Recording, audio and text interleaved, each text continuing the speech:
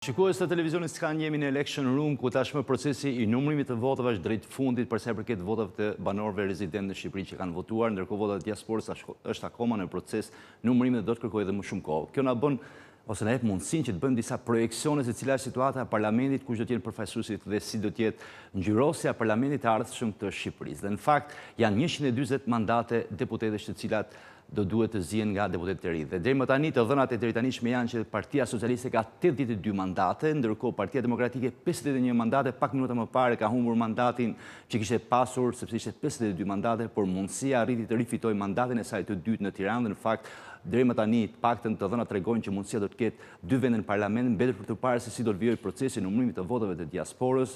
Partia Social-Demokrate arrin të konsolidojë 3 pozicionet e saj pa pasur pritshmëri për të pasur ndryshime apo shtim mandatesh apo humbjesh, sikurse edhe Lëvizja Bashkë ka një mandat në Parlamentin Shqiptar, kemi gjithashtu dhe Nisma Shqipëria B gjithashtu me një mandat parlamentar, kemi pra një farë mënyre një lloj panorame më të plotë për sa i përket parlamentit të ardhshëm.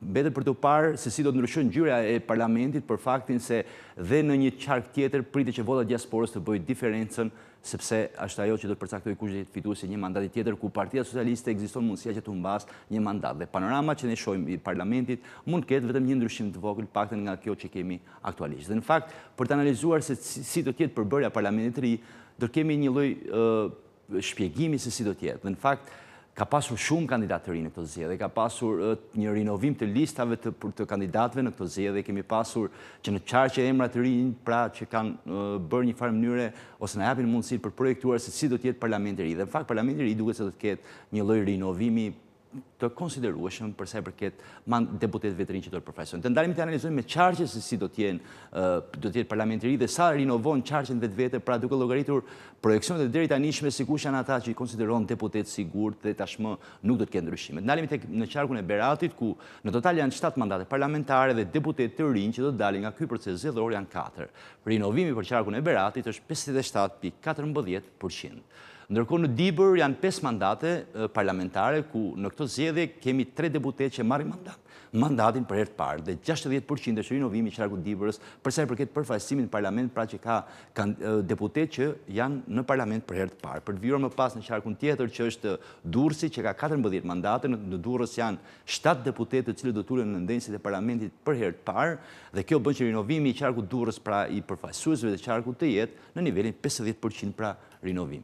Për të vijuar më pas në qarkun tjetër që padyshim është Elbasani, një qark shumë i rëndësishëm, ka një numër të lartë mandatesh, një nga 3 qarqet më të rëndësishme të Shqipërisë për nga numri i mandateve që kanë parlament, janë 14 mandate dhe deputetë të rinj nga ky proces zgjedhor pritet dalin 6, çka do të thotë që rinovimi i Elbasanit do të jetë 42.86%. Për të vijuar më pas në qarkun tjetër në Fier ku janë 16 mandate, pritshmërit janë që tashmë është mbyllur dhe procesi i numërimit të votave të Fierit, kanë mbetur vetëm votat e diasporës, deputetë të rinj janë 10 dhe ndërkohë rinovimi për qarkun Fier është 62.5%. Duhet të evidentoj faktin që qarku Fier është qarku me rinovimin më të lartë në rang të gjitha qarqeve tjera, për sa i përket deputetëve që do të jenë deputetë që marrin mandatin për herë të parë.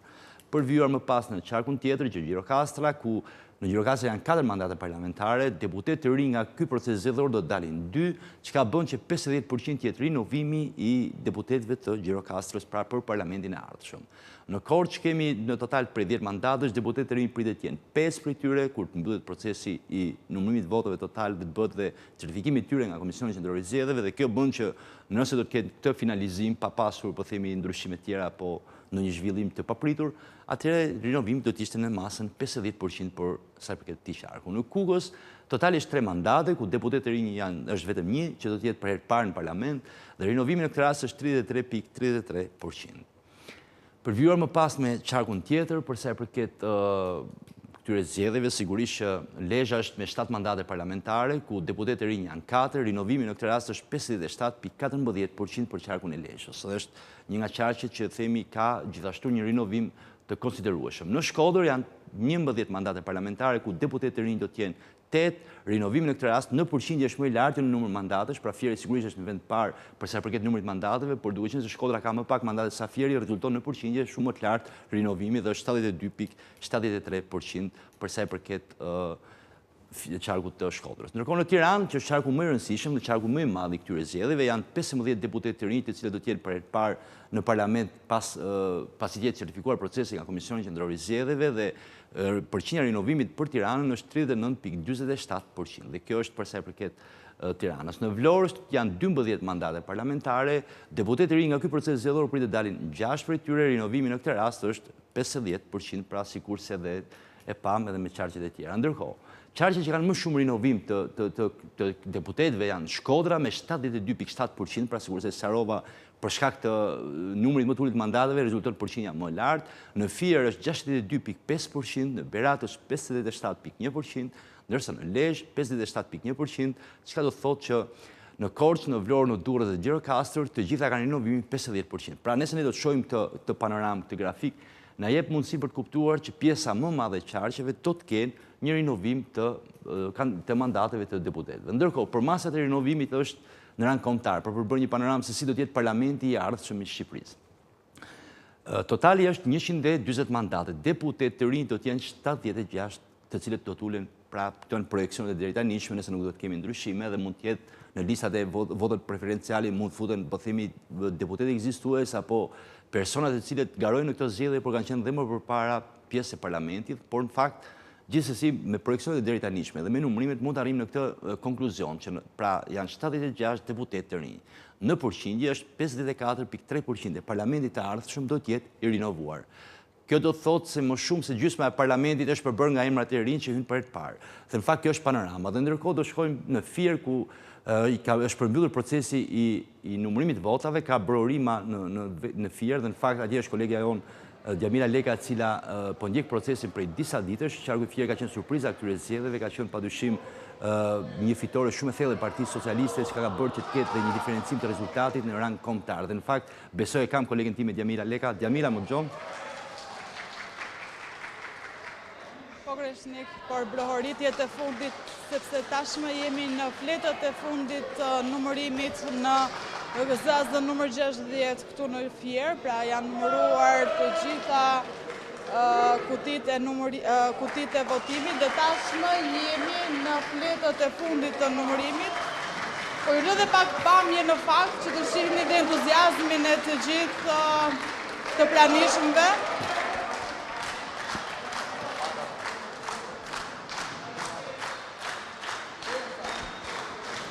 Në fakt janë socialistët ata të cilët kanë entuziazmin pasi dhe rezultatet kanë treguar që Partia Socialiste kryeson në qarkun e Fierit, i cili është dhe qarku i dytë më i madh në vend. Ndërkohë, teksa lexohen dhe fletët e fundit të kutisë së fundit të votimit. Duhet kujtoj se qarku i Fierit padyshim është qarku me numrin më të lartë mandateve, ka qenë një qark që ka pasur disa tensione të vogla, por që nuk ka pasur problematika në ecurinë e numrimit të votave. Gjithashtu duhet evidentuar fakti që në qarkun Fier janë më shumë se 20.000 zarfe të emigrantëve që duhen numëruar. Deri tashmë informacioni i fundit është që duhet jenë diku te 18.000 vota të panumëruara ende, të cilat ekziston mundësia që të ketë ndonjë ndryshim për sa i përket mandateve, diskutim mbetet për të parë nëse projeksionet apo përqindjet që janë dhënë për sa i përket zarfeve të diasporës do të kenë ndryshimin e rezultatit ose jo. Por deri më tani është konsoliduar pra një fitore shumë e thellë e Partisë Socialiste, të paktën për sa i përket votave që janë aktualisht, po themi, të banorëve rezident, ndërkohë votat e diasporës janë akoma në proces numërimi. Dhe në fakt, Djamila, besoj kjo atmosfera do mbyllet qendra tani, do pritet vetëm rezultati i diasporës apo jo?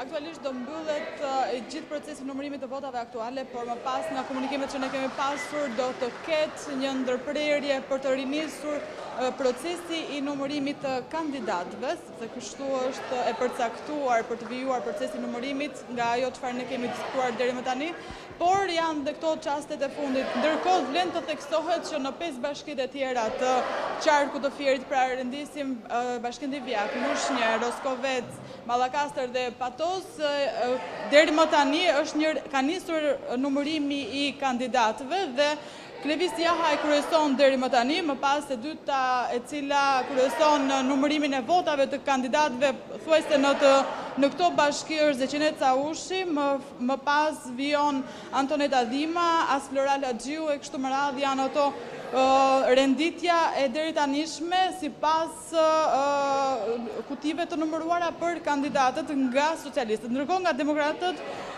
kemi Pelivan, i cili është 736 vota, ndërkohë nga Nisma Shqipëria bëhet është Azmir Duleviç, i cili kryeson deri më tani. Por për të ndalur në votën e diasporës, janë gjithsej deri më tani mbi 8.000 vota të numëruara, 26.000.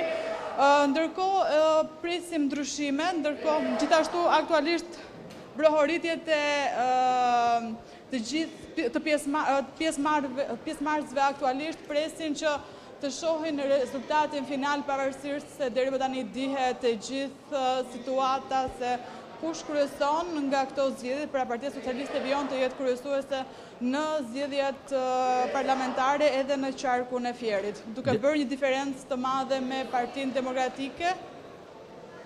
Gjamila, ti ke ndjekur procesin gjatë gjithë këtyre ditëve në Fier, sigurisht qarku më të rëndësishmit, por që ka bërë dhe diferencën në rang kombëtar për sa i përket numrit mandateve dhe numrit votave, sigurisht duke thelluar fitoren e Partisë Socialiste në rang kombëtar. Por si është dukur gjithë procesi? Ju e keni ndjekur nga afër, ka qenë një proces i tensionuar, një proces apo ka qenë një proces që ka shkuar, po themi, sipas pritshmërive? Duke qenë se është qarku i dytë dhe ka numrin më të lartë të mandatëve, ne deri diku mund ta shohim si surprizë faktin që gjithë procesi ka vijuar i qetë, nuk ka pasur incidente të cilat mund të krijojnë problematika të mëdha, sepse kur flasim për një numër të lartë kandidatësh, është e kuptueshme dhe incidente të cilat mund të ndodhin, sepse parashikos ta bëhet fjalë për garë, incidentet janë të pranishme. Vetëm ja 2 incidente të vogla të cilat janë mbyllur, ai Karbonarës në Lushnjë dhe një tjetër i cili gjatë kohës të procesit të votimit. Por për të vijuar me procesin e numërimit të votave aktualisht në këtë ZAZ ka pasur 2 ndërprerje të numërimit. Kjo vjen për shkak të lodhjes së numëruesve të votave, sepse prej ditës së shtunë të mbrëmjes së shtunës kanë vijuar të jenë të angazhuar për gjithë procesin zgjedhor dhe kjo u pasua me procesin e votimit dhe fill pas procesit votimit vijoi me procesin e numërimit dhe grumbullimit të kutive të votave. Dhe është e kuptueshme që në këtë kohë u duhej një periudhë pushimi. Por vlen të theksohet që ky qark ka qenë një ndër ato qarqet i cili ka vijuar një proces të qetë, një proces të kuptueshëm dhe nga ana tjetër nuk ka pësuar apo nuk ka pasur incidente të cilat mund të sillnin problematika apo disavantazhe në procesin zgjedhor. Gjatë kohës që kamera e televizionit s'kan po bënte filmimet e brohoritjeve u pa prezenca e figurave të Partisë Socialiste, por ka prezencë tjetër të partive të tjera, ka po themi nga Partia Demokratike apo nga partitë të tjera janë prezent në këtë proces apo janë tërhequr duke parë një rezultat themi që nuk ka qenë shumë favorizues për ta?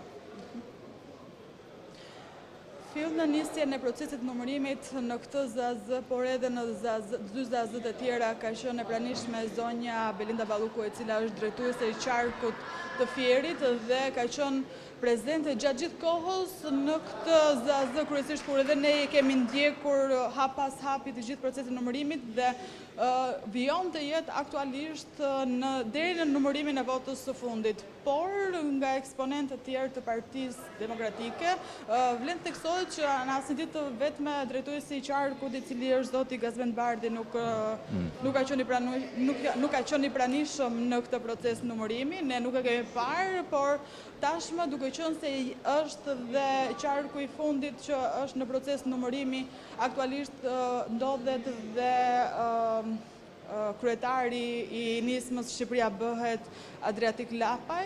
Këto mund të jenë pavarësisht se mund të ketë dhe kandidatë të cilët të partive të tjera janë aktualisht në këtë momente, sepse tashmë është dhe momenti më i nxehtë për të marrë fitoren zyrtare për këto kuti votimi, pra për numërimin e këtyre kutive, por këto janë të gjithë eksponentët politikë të cilët kanë qenë të pranishëm nga dita në ditë, por edhe në këto momente të fundit që është dhe si thua finalizimi i rezultateve. Jamila, të falenderoj dhe të vlerësoj për punën profesionale që ke bërë në ndjekjen e procesit nga fillimi deri në fund. Ndërkohë, Komisioni Qendror i Zgjedhjeve ka paralajmëruar që procesi i numërimit të votave dhe pse tashmë ka arritur drejt fundit, për sa i përket votave, po themi, kutive që janë për votuesit që janë rezidentë në Shqipëri. Ka një proces tjetër që është ai i votave diasporës, që do marrë më shumë kohë, që do thotë që rezultati përfundimtar dhe final do edhe pak ditë. Ndërkohë lidhemi me Komisionin Qendror të Zgjedhjeve, ku kolegja ime Fabiona Pasho është atje për na dhënë të rejat më të fundit se si ka avancuar procesi. Fabiona, përshëndetje.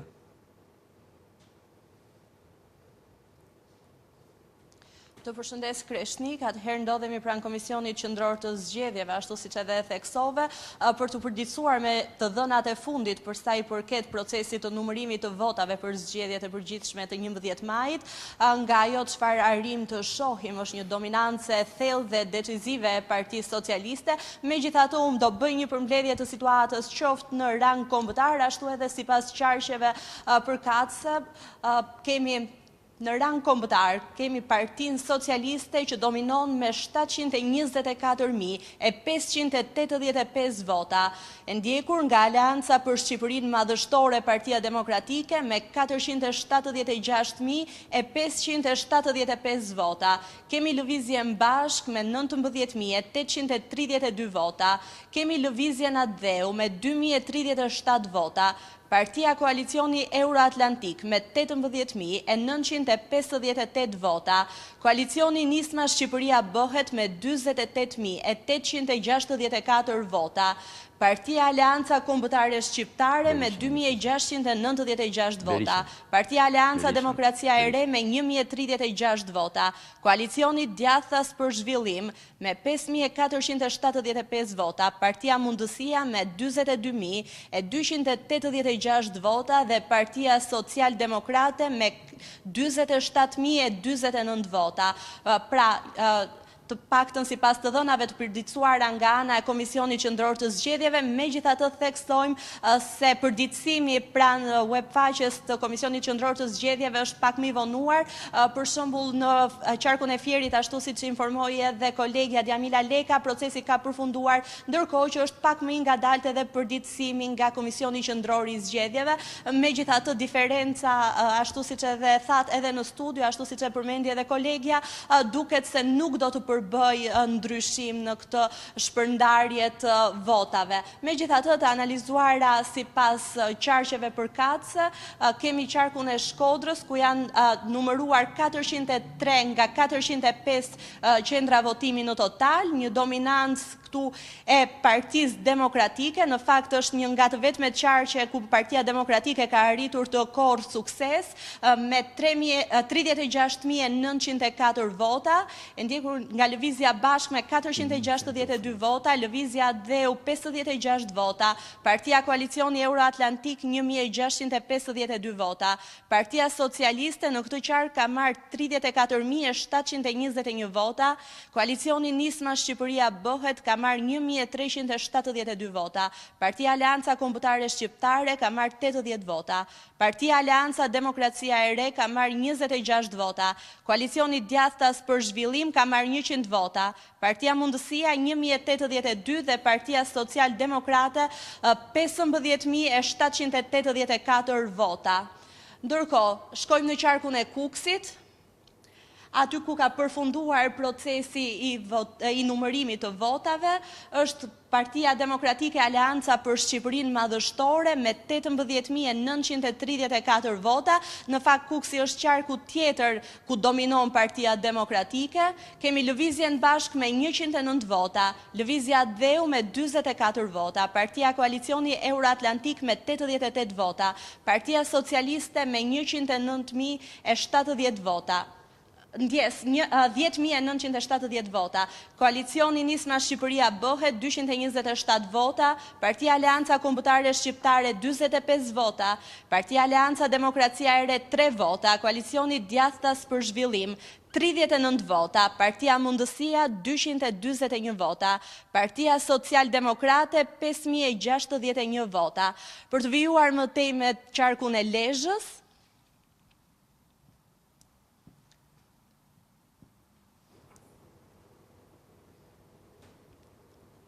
ndjes. Pra Kreshnik, të paktën derisa të rregullohet problemi me webfaqen e KQZ-s, duket që është dominimi i qartë nga Partia Socialiste, ndërkohë që jemi në qarkun e Lezhës, ku Partia Demokratike Alanca për Shqipërinë Madhështore ka korrur 29.375 vota, Lëvizja Bashk 315, Lëvizja Dheu 67, Koalicioni Euroatlantik 1.594, Partia Socialiste 27.494, Shqipëria Bëhet 3.609 vota, Partia Alanca Kombëtare Shqiptare 48 vota, Alanca Demokracia e Re 13 vota, Koalicioni Djathtas për Zhvillim 81 vota, Partia Mundësia 734 vota, Partia Social-Demokrate 1.775 vota. Për të vijuar më tej në qarkun e Dibrës, aty ku gjithashtu ka përfunduar procesi i numërimit, kemi dominimin sërish edhe në qarkun e Dibrës të Partisë Socialiste, por e nisur nga Partia Demokratike Alanca për Shqipërinë Madhështore me 21.790 vota, Lëvizjen Bashk me 230 vota, Lëvizjen Adheu me 48 vota, Koalicionin Euroatlantik me 629, Partinë Socialiste me 32.126, Koalicioni Nisma Shqipëria Bëhet me 660. Më e madhja në gjithë qarkun, ashtu si që jeni ndjeni KZ-t e tjera janë mbyllur gjatë ditës sotme. Gjithçka ka shkuar mirë, sepse mbi të gjitha kjo është e rëndësishme. Kemi pasur një proces me të vërtet model, pa problematika, pa ndërprerje, gjithçka ka shkuar siç duhet, ndaj unë gjej rastin që të falenderoj të gjithë trupën që administroj, pavarësisht të majtë të djathtë. Jemi munduar që të gjithë që të mbaronim në kohë që mos kishte më vonesa. Sigurisht dua t'i përgjigjem pyetjes parë për atë plan, për sa i përket rezultatet. Ne kemi qenë përgatitur për një rezultat të thellë, sepse Partia Socialiste nuk punon kuturu për të drejtën, ne punojmë në një mënyrë që është e ditur nga të gjithë ju, pra me takime, me biseda, me tryeza, etj. Dhe t'i ndjen frymën, kështu që kemi qenë të përgatitur për një rezultat që shkonte deri në 11 mandate, ndërkohë që mandati 12 është realizimi i një dëshire që me të vërtet unë jam shumë e lumtur të deklaroj se për sa i përket kutive dhe rezultatet që kemi deri tani, Partia Socialiste është mbi 63%, krahasimisht pra në volumin e votave të qarkut, Partia Demokratike është në 25%, Partia Demokratike duke parë edhe trendin e diasporës, sepse janë hapur rreth 30 kuti, nëse unë nuk gabohem, nuk kam asnjë shans për të marrë mandat tjetër këtu në qark. Mandati i 4 është mandati i vetëm që mund të mbaj. Për të thënë të drejtën, siç është fitore historike për ne, është dhe humbje historike për ta, të tërheqin mandate nga lista e mbyllur, duhet jetë shokante, për të thënë të drejtën. Megjithatë, dua të them diçka e kam thënë gjatë gjithë intervistave dje, mandati 12 është një mandat i brisht, pasi për Partinë Socialiste është shumë më i madh hersi se sa për partitë e vogla. Kam dëgjuar dhe prononcime nga partitë e vogla, është e nevojshme që të shikojmë se si do shkojnë kutitë e diasporës, për sa i përket kutive të votimit brenda territorit të qarkut fier, Partia Socialiste ka fituar bindshëm mandatin e 12. Të shikojmë dhe diasporën dhe gjithçka të shkojë ashtu siç duhet. Dhe vallëkusi është të besoni të vetëm, demokratët janë larguar, do kishte një shtrëngim duarsh në rast se do ishin të pranishëm? Tani unë se kam as herë të parë, as herë të fundit, numërimin e kutisë së fundit në KZ, nuk mbaj mend të kem shtrënguar duart me ndonjë, pasi nuk i shtrëngojnë duart demokratët asnjëherë. Herën e fundit që ne kemi dalë të humbur nga një KZ ka qenë 2011 dhe po e mendoja sot mëngjes për të thënë të drejtën që nga na buron gjithë forca dhe mënyra e organizuar siç duhet punoj një parti, dhe unë besoj që na buron nga vjedhja flagrante e 2011-s. Ne në 2011-ën kuptuam që Partia Demokratike nuk dinte të fitonte ndryshe, po vetëm duke vjedhur, kështu që nga ajo kohë ne kemi bërë më të mirën për të organizuar në terren dhe për t'i dhënë çdo shqiptari mundësinë që të kontaktojmë. Shikojeni, sepse mediat sociale sot japin mundësinë që ju të shikoni se çfarë bën një kandidat deputet socialist. Edhe ata djemë dhe vajza që sapo janë futur politikës, po t'i shikoni nëpër mediat e tyre sociale, janë duke takuar këdo. kanë shtrënguar dorë me këdo, janë ullur në tryeza për të biseduar me këdo. Jo vetëm deputetët e karrierës, por edhe ata që sapo kanë hyrë në skuadrën tonë fituese. Kështu që kjo është diferenca midis Partisë Socialiste dhe Partisë Demokratike. Dhe nuk shëndron asgjë nga gjërat e tjera që thonë, shikoni se kush janë drejtuesit e qarqeve për Partinë Socialiste dhe krahasojeni se kush e drejtoi këtë fushat dhe qarqet për Partinë Demokratike dhe këtu do gjeni përgjigjen gjithë ju nëpër media, por do ta gjej edhe vetë Partia Demokratike se e shikoj që nuk po e gjen përgjigjen nga ka ardhur kjo fitore. Fitoria nuk e...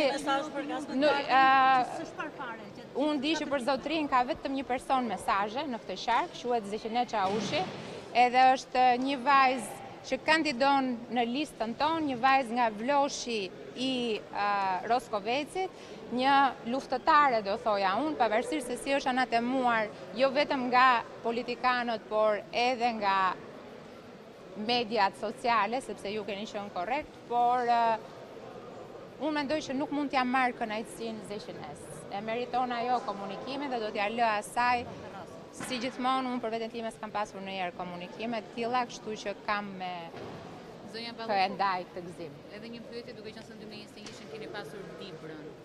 Çfarë ndryshimi ka mes dy qarqeve që edhe qoftë në pozicion gjeografik janë vendosura ndryshe, po edhe rezultati juaj në këtë qark është krejtësisht i papritur edhe i surprizues te objektivit që kishit. Në 2021 unë kam pasur zonën e kombinatit dhe lagjen numër 14, pra kam pasur dy njësi të Tiranës, që me thënë drejtën kanë qenë dhe më të mëdha, por më të mëdha se Dibra, pasi në numër votuesësh janë mbi 100.000 votues, në ndërkohë që Dibrën unë e kam pasur në zgjedhjet e 6 marsit të 2022 dhe në zgjedhjet e 14 maj të 2023. Janë dy formacione totalisht të ndryshme në zgjedhës. Dibra ka qenë tradicionalisht një qark i djathtë deri sot në mëngjes, kur është kthyer në një qark mbështetës për Partinë Socialiste dhe unë kam marrë një gëzim të jashtëzakonshëm, njësoj si për Fierin, dua të përgëzoj Blendi Klosin dhe gjithë ekipin e Partisë Socialiste, por jo vetëm Partisë Socialiste. Dua të falenderoj të gjithë dibranët për mbështetjen që i kanë dhënë Edi Ramës dhe skuadrës të Blendi Klosit, dhe jam e sigurt që ata nuk do t'i zhgënjejnë, siç nuk e kemi zhgënjyer Dibrën prej kohësh tashmë. Ndryshimi me Fierin është që këtu jemi në kryeqytetin e socialistëve. Dhe këtu ka vetëm nevojë që këta socialistë të përfshihen dhe me fushinë dhe energjinë që ata transmetojnë të përfshinë dhe të gjithë qytetarët e tjerë, qoftë të djathtë, shumë të djathtë na janë bashkuar, prandaj dhe vota është plebiscitare, dhe qoftë ata pa parti. Kështu që diferenca midis Dibrës dhe Fierit është që në Dibër ne kemi punuar shumë me votues të krahut të djathtë, ndërkohë që këtu jemi në shtëpi, jemi në kryeqytetin e socialistëve dhe thjesht kemi mbledhur rreth nesh edhe votues të krahut djathtë, edhe qytetarë të tjerë që kishin dalë ndonjëherë që të votonin. Zonja Balluko, për të ndalur në rezultatet deri tanishme tek vota e diasporës, cilat janë pritshmëritë tuaja për qarkun e Fierit? Atëherë në votën e diasporës ne jemi 65% në këto momente. Unë besoj fort që futja në numrim e zarfave të ardhur nga Greqia, për të cilën insistoj që nuk mund të ketë një lloj diskriminimi të tillë, zakonisht opozita bën kërkesa no sense kohët e fundit, por NATO ku do bëj lidhje edhe më para se kohët e fundit, për të thënë të drejtën.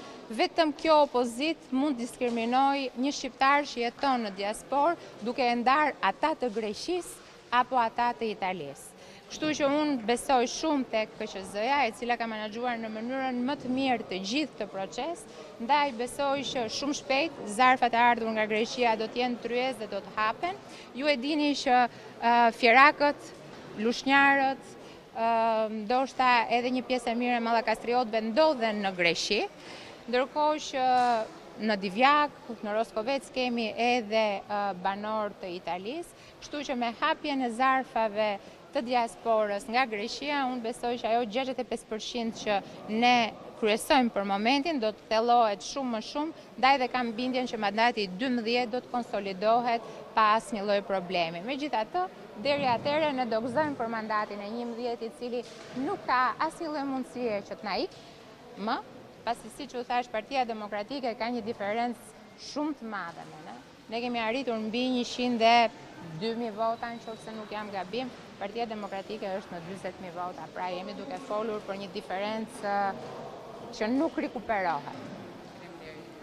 Shumë falenderit gjithëve, dua t'ju falenderoj për gjithë shka keni bërë, kjo është e fundit dhe është për juve, për gjithë shka keni bërë. Kemi ndjekur deklaratën e zëvendës kryeministres Bilina Balluku dhe drejtuese politike Qarkut Fier, ku ajo ka evidentuar që Partia Socialiste ka konsoliduar pra 12 mandate parlamentare, ka evidentuar ka krau tjetër që Partia Demokratike ka marrë 25% të votave atje, ndërkohë ka humbur pra dhe ato që konsideron vendet e listës së sigurt. Ndërkohë është momenti për të lidhur me profesor Ermal Hasimian. Profesor, përshëndetje. Brama. Është kënaqësi për këtë intervistë duke qenë se para 20 vitesh kam qenë dhe studenti juaj. Kaq plak jam unë?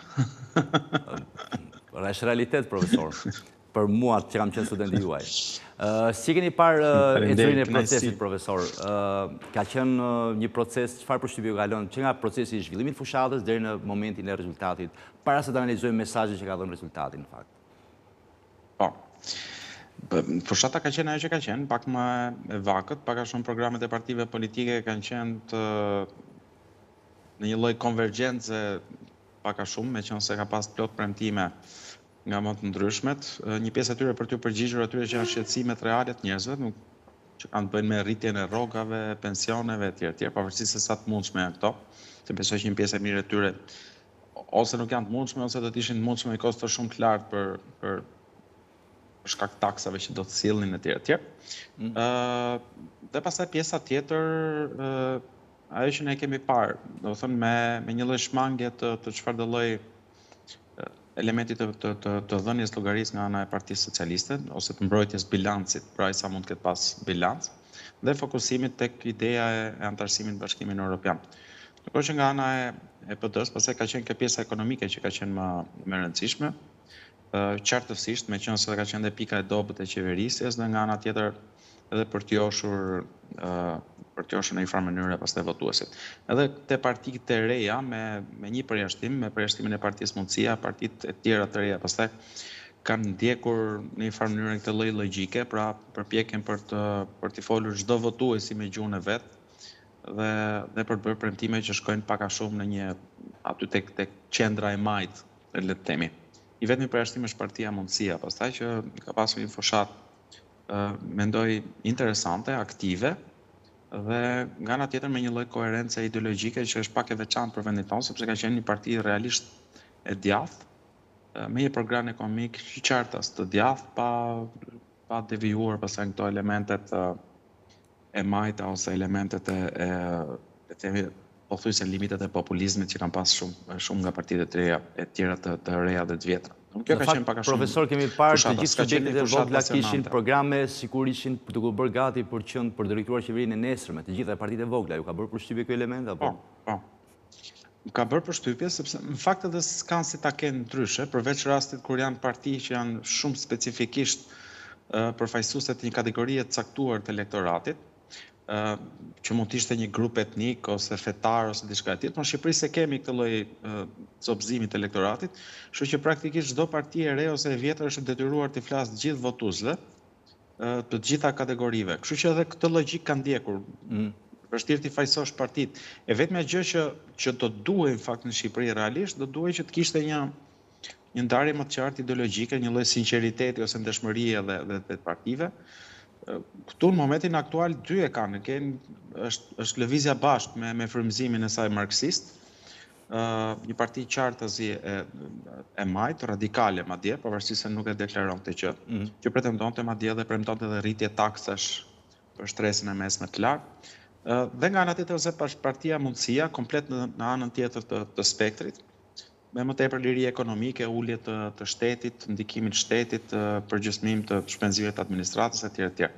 Pra kjo ka qenë, është një farë mënyrë pothuajse e detyrueshme, por është vështirë në Shqipëri të presësh që dalë një parti dhe të mbrojë vetëm një grup të caktuar interesash. Mund të ndodhi, kemi pasur raste, për shembull rastin e PD-jus ose PBD-njës, po janë raste më të rralla, me thënë vërtetë. Kuptoj. Tashmë rezultati është konsoliduar paktën për përcaktuar kush është fituesi. Pak minuta më parë pati një ndryshim te Mundësia ku sërish një student juaj mori mandatin, duhet të evidentuar edhe kjo pikë. Në fakt, si keni parë, po themi, këtë rezultatin e zgjedhjeve, çfarë mesazh ju jep kjo pjesë? Mesazhi i parë që ti merr vesh është që njerëzit në një pjesë të konsiderueshme të tyre, ndoshta jo aq sa ç'është rezultati, meqense ka pasur plot parregullsi, mund të mendojmë që kanë ndikuar edhe intimidimet, presionet e ndryshme, por edhe po ti heqësh këto e kupton që një pjesë e konsiderueshme e votuesve kanë preferuar që të votojnë për qeverisjen aktuale. Mbetet akoma mister nëse vërtet ju pëlqen kjo qeverisje, domethënë ky është standardi real që ata presin ose shpresojnë nga qeverisja e vendit, apo e kanë bërë këtë gjë pastaj thjesht sepse mendojnë që opozita do të ishte edhe më keq, për shembull nëse do të vinte në pushtete të tjera. Domethënë të gjitha janë bashkë, po partitë e vogla nuk frymëzuan, çfarë ndodhi me partitë e vogla? Partitë e vogla frymëzuan, po të shikoni sondazhet para zgjedhjeve, se janë dy gjëra të ndryshme, ajo se sa i pëlqen ti elektoratit dhe sa elektorati vendos të votojë ty. Dhe nuk ndodh vetëm në Shqipëri, po ndodh kudo. Në për sondazhe ku njerëzit shprehin jo votën, po në fakt shprehin preferencën e tyre për partitë, se sa ju pëlqen një parti, aty përqindjet ishin goxha më të larta. Po ti dilnin zgjedhjet ashtu siç dilnin sondazhet, partitë e vogla do të kishin bërë namin. Por natyrisht që ka një dallim, të njerëzit e kanë shumë më kollaj që të shprehen sondazhe preferencën e tyre, kur vjen puna për të votuar, pastaj votojnë me një lloj tjetër racionaliteti. Për shembull ka dhe plot njerëz që mund mos kenë votuar për supozojmë për Parti Mundësia, sepse kanë thënë më mirë ta mund mos marrin mandate, kështu që tani të votojnë më mirë për partinë tjetër më të afërt atij spektri, për Partinë Demokratike, për shembull, mos për çaj votat me këtë lloj arsye.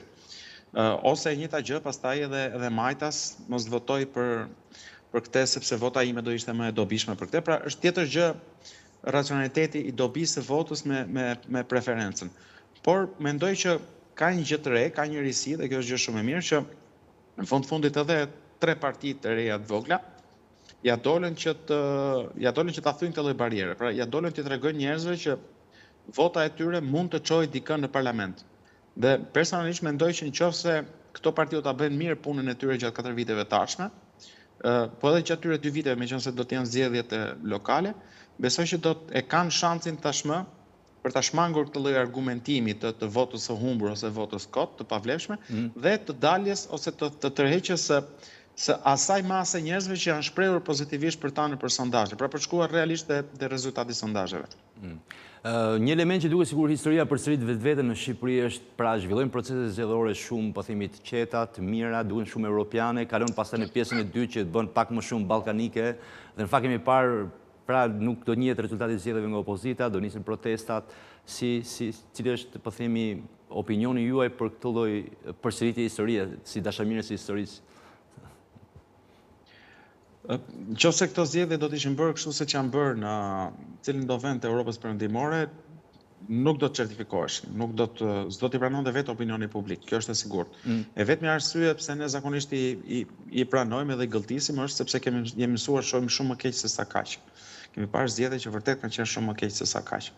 Dhe në fundit pastaj pyetja e madhe është kjo. Nëse nuk do të ishin këto gjithë përpjekje për manipulim, përpjekjet e patronazhis dhe angazhimi tepër problematik i administratës, i gjithë shtetit në funksion të Partisë Socialiste, bashkëpunimi me bandat në shumë vende.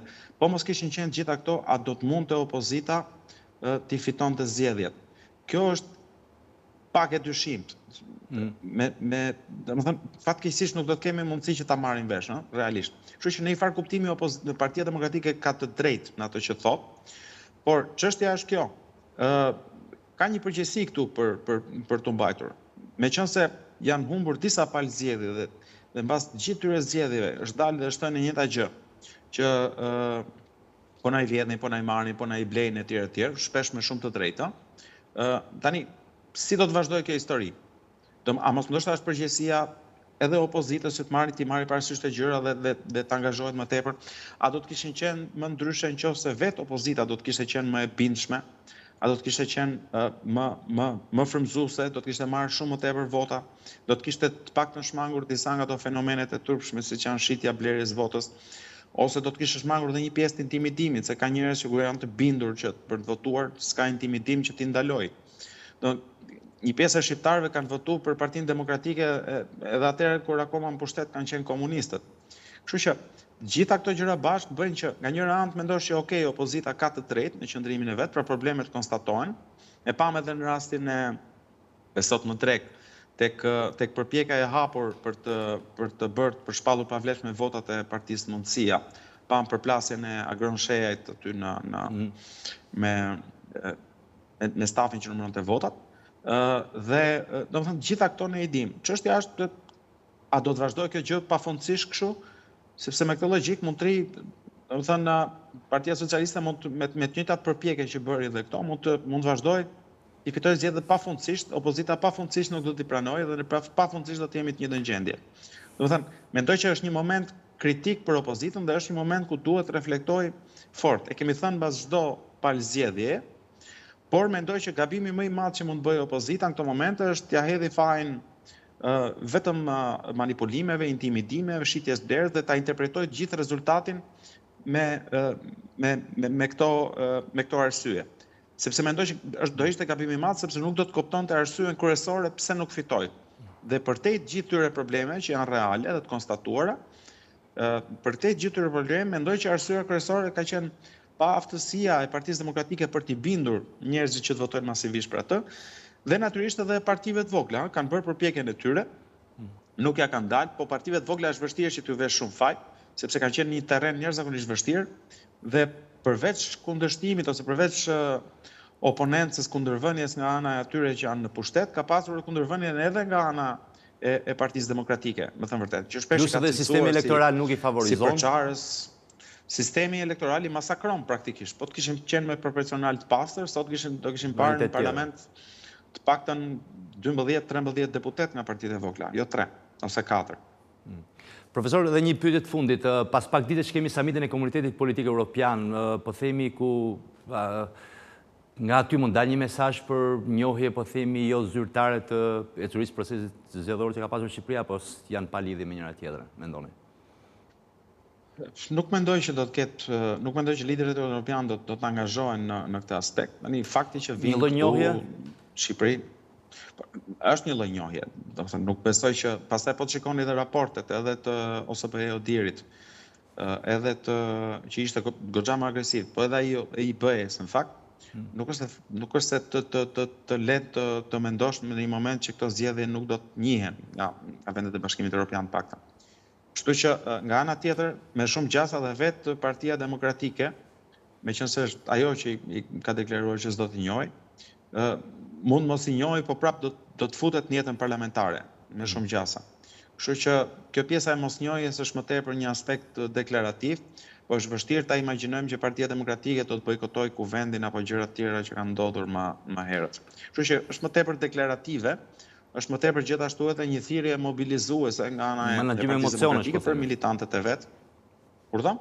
Menaxhimi i emocioneve po themi të elektoratit, mbase. Jo, nuk është emocione, për PD-n kjo është betejë për jetë vdekje tani, po sidomos për Berishën, sepse përmes angazhimit ai dëshiron gjithashtu edhe të justifikojë pozicionin dhe statusin e vet aty. E ka thënë më parë që kushdo që ai neni famshëm Basha që propozonte Berisha, që kushdo që zgjedhet pavarësisht arsyet do t'i japë dorëheqjen. Tani duhet të gjej justifikim shumë të fortë që ta ka përdi edhe atë që ka thënë, edhe të justifikoj vazhdimsinë në kryet PD-s, nëse do vazhdojë të mbetet në kryet PD-s, dhe të paktën deri në këtë moment nuk është se ka dhënë një shenjë që ka vendosur të riqet. Profesor, falenderoj për kohën tuaj, sigurisht është kënaqësi biseda me ju. Faleminderit gjithashtu. Shikues të televizionit s'kan pak minuta publicitet për të rikthyer në pjesën e dytë. Jemi në pjesën e dytë Election Room, është momenti për të zhvilluar një tjetër bisedë me zotin Florian Sallaj që është bashkuar studios Election Room. Faleminderit për prezantën tuaj. Tashmë kemi një panoramë më të qartë të procesit zgjedhor ku është rikonfirmuar për një mandat 4 Partia Socialiste. Çfarë mesazh ju ka dhënë gjithë procesi, duke nisur që nga diskutimet që janë bërë tek programet, kemi qenë në studio ku kemi diskutuar në fakt pjesën e programeve, tashmë dihet se cili program do duhet zbatohet. Çfarë mesazhi ju është dhënë? Çfarë keni marrë si mesazh ju? Mesazhi i lidhur me programet është që njerëzit duke votuar Partinë Socialiste në mas, i kanë dhe mundësin që të realizoj programin e saj. Që me thënë drejtën ishin ato premtimet, në base jo dhe ajtë të sqaruara mënyra se si do të arrieshin, duke i dhenë mundësim për t'i realizuar, dhe duke i dhenë, me thënë drejtën, Partia Socialiste tashmë garon me veten e saj, në gjykimin tim personal. Dhe varemi, të gjithë ne varemi nga vizioni dhe aftësia e komponentëve qeverisës që do dalin nga parlamenti ardhshëm në realizimin e atyre objektivave që ata kanë thënë. Do kemi një vimësi lineare, apo mund të kemi dhe një moment kthese me ajo që mund të lexohet, po themi nga ajo që është prezantuar deri tani? Unë mendoj që është 50-50. Duke qenë se të vjen normale që të mendosh visia, ka një normal, se duke qenë njëta qeveri, do jetë vimësia të paktën në lidhje me qeverisjen e saj. Por kjo qeverisje mund të jetë më e mirë, ose mund të bjerë në peshën e saj. Është varet... Zakonisht konsumohet, dikush është pushtet konsumohet. Kjo vot ka që madhe, duket që është ndihmë, po është aqe madhe, sa që është një peshë shumë e madhe dhe do duhet ta menaxhosh nga ana qeverisëse. Dhe pse? Për shkak se është e vërtet që nga aspekte, siç është ekonomia në përgjithësi, do të ka gjithmonë dy anë. Në varësi të kushteve, në varësi të presuposteve, ti ke edhe konkluzionin. Është e vërtet që kjo do të jetë një qeverisje e cila nuk ka më pengesa në shtjellimin e politikave të saj. Pra, normalisht do të ketë mundësi që të arri objektivat me më pak pengesa. Do të ketë më shumë stabilitet ekonomik. Politik, më falë. Duke patur stabilitet politik, të vjen normalet mendosh që duke qenë se investitorët e huaj e preferojnë stabilitetin ekonomik, atëherë në mënyrë indirekte të vjen të mendosh që do të ketë më shumë investime të huaja në një kontekst të qëndrueshëm ekonomiko-politik të vendit. Por nga ana tjetër pastaj mundet që ato cene ose ato defekte që ka pasur qeveria e mëparshme, me këtë lloj peshe, me këtë lloj pushteti, të mos korrigjohen. Duke qenë se si punë aty, si punë e ciklizmit, se kemi pas Giro d'Italia, gjatë sa jave dhe mund të marrim si shembull që ta kuptojnë të gjithë. E fitoi garën ai që ishte brenda grupit dhe që konkurrencën e kishte të madhe brenda grupit. Pra si punë e ciklizmit që do njerëz që do ciklistë të cilët të konkurrojnë me ty dhe të bëjnë të japësh më të mirën, ashtu dhe një parti politike ka nevojë për konkurrencë që të monitorojë, të kontrollojë vetveten dhe të japi rezultati më të mirë për vendin. Pa kontroll, pa monitorim, do të varet gjithçka nga aftësia për të korrigjuar ato defekte që ka pasur qeveria e mëparshme. Gjatë kësaj fushate elektorale, Partia Socialiste prezantoi një program Shqipëria 2030, duke pasur edhe një slogan fuqishëm politik, pasaporta europiane e shqiptarëve. Në fakt, është një mesazh shumë i thjeshtë i thënë për elektoratin, por ka edhe një faturë shumë të madhe nga pas, dhe sigurisht një lloj impenjimi. A besoni që pjesa rrugtimit të drejt Bashkimit Evropian, pra objektivi për 2027 mbyllja e negociatave do të jetë pika kryesore ose sfida kryesore e qeverisë së re? Sepse kemi të bëjmë një transformim total të gjithë shtetit dhe duket sigurisht kjo pikë përmbledh gjithë programin ekonomik duket. Do të ishte ëndra e çdo shqiptari, mendoj që duke qenë një qeveri e dalë nga një shumicë e cilësuar, në qoftë se organizohet, në qoftë se përqendron gjithë fuqinë që vjen si pasojë e këtij pushteti, do të ishte, mundësia do të ishte, si me thënë, do të kishim më shumë mundësi në qoftë se do të organizoheshim në formën e duhur. Edhe për shkak të edhe një mundësia për të patur raporte ndërkombëtare të përqendruara më të mira, duke qenë se e organizon ti të gjithë strukturën e komunikimit, edhe informacionit të vjen i gjithi ty, dhe në këtë mënyrë ke mundësi që edhe feedbackun dhe reagimin ndaj çdo inputi ta japësh në një kohë më të shkurtër dhe më cilësore. Dhe një përmirësim, sepse në raportet ndërkombëtare kjo ka shumë rëndësi. Dhe nuk do të kesh me ato problemet politike që ishim me ndërkombëtarët e tash. Dhe mundet që kjo të ndihmojë në akselerimin edhe të vetë integrimit evropian. Se shpesher është thënë që sigur këto 2 vite do duhet që Shqipëria të bëhet atë që s'ka bërë dot, ndoshta edhe për 35 vite, pra po themi për konkurrencën, për sipërmarrjen, pra plotësimi disa kritereve për që një shtet antar i Bashkimit Evropian.